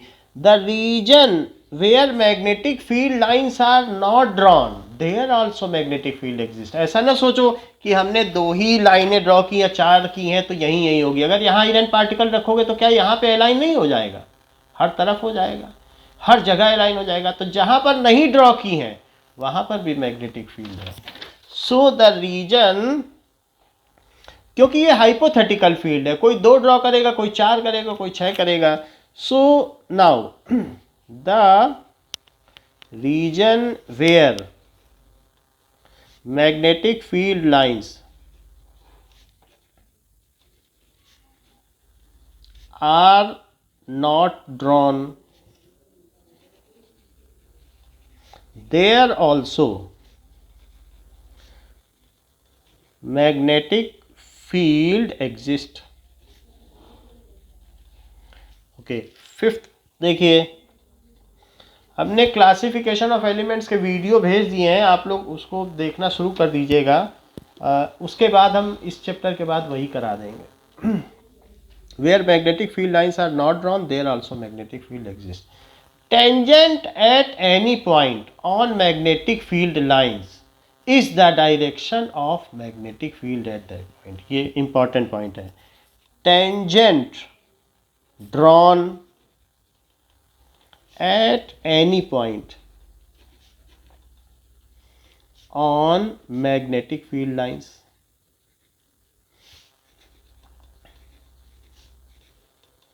is the direction of magnetic field. देखो, field at that point, ये देख लेते हैं. at that point, वास्तव में ये जैसे हमने बनाया तो यहाँ पर हमने तो इसे गोल गोल बना दिया भाई, हमने तो गोल बना दिया, ऐसे बना दिया, मिला दिया इसको. लेकिन जब इसको रखा गया और इसे रखा गया तो ये तो जैसे नॉर्थ की ओर नॉर्थ रख दिया, तो इस पॉइंट पर हमने तो गोल गोल बनाया, गोल से नहीं होता है. गोल में अब इस पॉइंट पर एक टेंजेंट ड्रॉ करोगे कि नहीं करोगे? और क्या वही इस पॉइंट की मैग्नेटिक फील्ड की डायरेक्शन नहीं होगी? इसका सेंटर देखो या यहाँ रख लो, तो हर पॉइंट पे वास्तव में क्या चीज आ रही है, ये देखिए. तो किसी भी पॉइंट पर अगर मैग्नेटिक फील्ड चाहिए तो अब ये नॉर्थ से बाहर जा रही है कि नहीं? और यहाँ पे आप क्या बनाओगे? क्या यहाँ पे एक टेंजेंट ड्रॉ करोगे? देख लो, रख दिया. तो उसी से तो इस पॉइंट पर मैग्नेटिक फील्ड की डायरेक्शन आएगी. तो ये तो हमने एक लूप बना दिया. बोलो, बात समझ में आ गई कि नहीं? फिर से देखो, ये देखिए इस पॉइंट पे, ये वाले पॉइंट पे देखिए सेंटर पे. तो इस पॉइंट पे कोई पूछे मैग्नेटिक फील्ड क्या है इस पॉइंट पे बताओ, तो यहीं रख देना, इसको उसी के सेंटर को रख देना. Now where the tangent at that point is drawn, उसको टच करते हुए, तो जो फील्ड लाइंस जो यहाँ पे टेंजेंट ड्रॉ करेंगे तो उसकी जो डायरेक्शन होगी वही उस पॉइंट पर मैग्नेटिक फील्ड की होगी. Is it clear? बोलो, बताइए. अच्छा, अब एक इसका इंपॉर्टेंट पॉइंट, लास्ट पॉइंट है बट इंपॉर्टेंट है. Magnetic field lines never intersect each other. तो अस्मित ये बताइए, मैग्नेटिक फील्ड लाइंस इंटरसेक्ट क्यों नहीं करती? अगर इंटरसेक्ट करेंगे तो सर वहाँ पे जो कंपास होगा उसको दो डायरेक्शन. ये बात सही है. Magnetic field lines never intersect each other as in this case there will be two tangents at that point, क्योंकि ऐसी स्थिति में क्या होगा, मान लीजिए हम मान लेते हैं कि इंटरसेक्ट कर रही हैं, तो हमने तो ये देखा था कि जिधर कंपास की नीडल रुकेगी वही मैग्नेटिक फील्ड होती है, हमने उसके हिसाब से बना लिया। और किसी ने कहा नहीं इसको इंटरसेक्ट कराओ, तो वो यहाँ पे इंटरसेक्ट करा रहा है, कह रहा हम तो इंटरसेक्ट कराएंगे, इंटरसेक्ट करा लिया। तो अब यहाँ पर एक लाइन ये आ रही है, दूसरी आ रही, तो अब यहाँ पर दो टेंजेंट हैं, तो क्या कंपास की नीडल यहाँ रख दी जाए तो क्या दो डायरेक्शन में रुकेगी, इधर भी रुक जाएगी इधर भी रुक जाएगी? Is it possible? वो तो हमेशा एक ही डायरेक्शन में रुकेगी। ऐसा तो नहीं हो सकता ना कि यहाँ पर रखो तो कभी इधर आए कभी इधर आए, मन मर्जी तो नहीं चलेगी। Always there will be single pattern. So in this case there will be two tangents and ऐसी स्थिति में and compass needle can not stay in two directions simultaneously.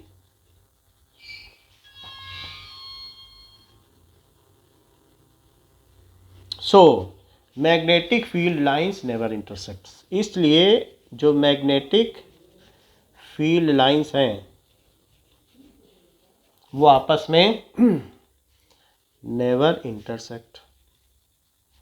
सो अभी हम लोगों ने ये पढ़ लिया मैग्नेटिक फील्ड लाइंस की प्रॉपर्टीज क्या है। नेक्स्ट क्लास में हम पढ़ेंगे कि मैग्नेट की क्या प्रॉपर्टी है, परमानेंट मैग्नेट की। अभी आज की क्लास के लिए इतना ही। Thank you, welcome welcome.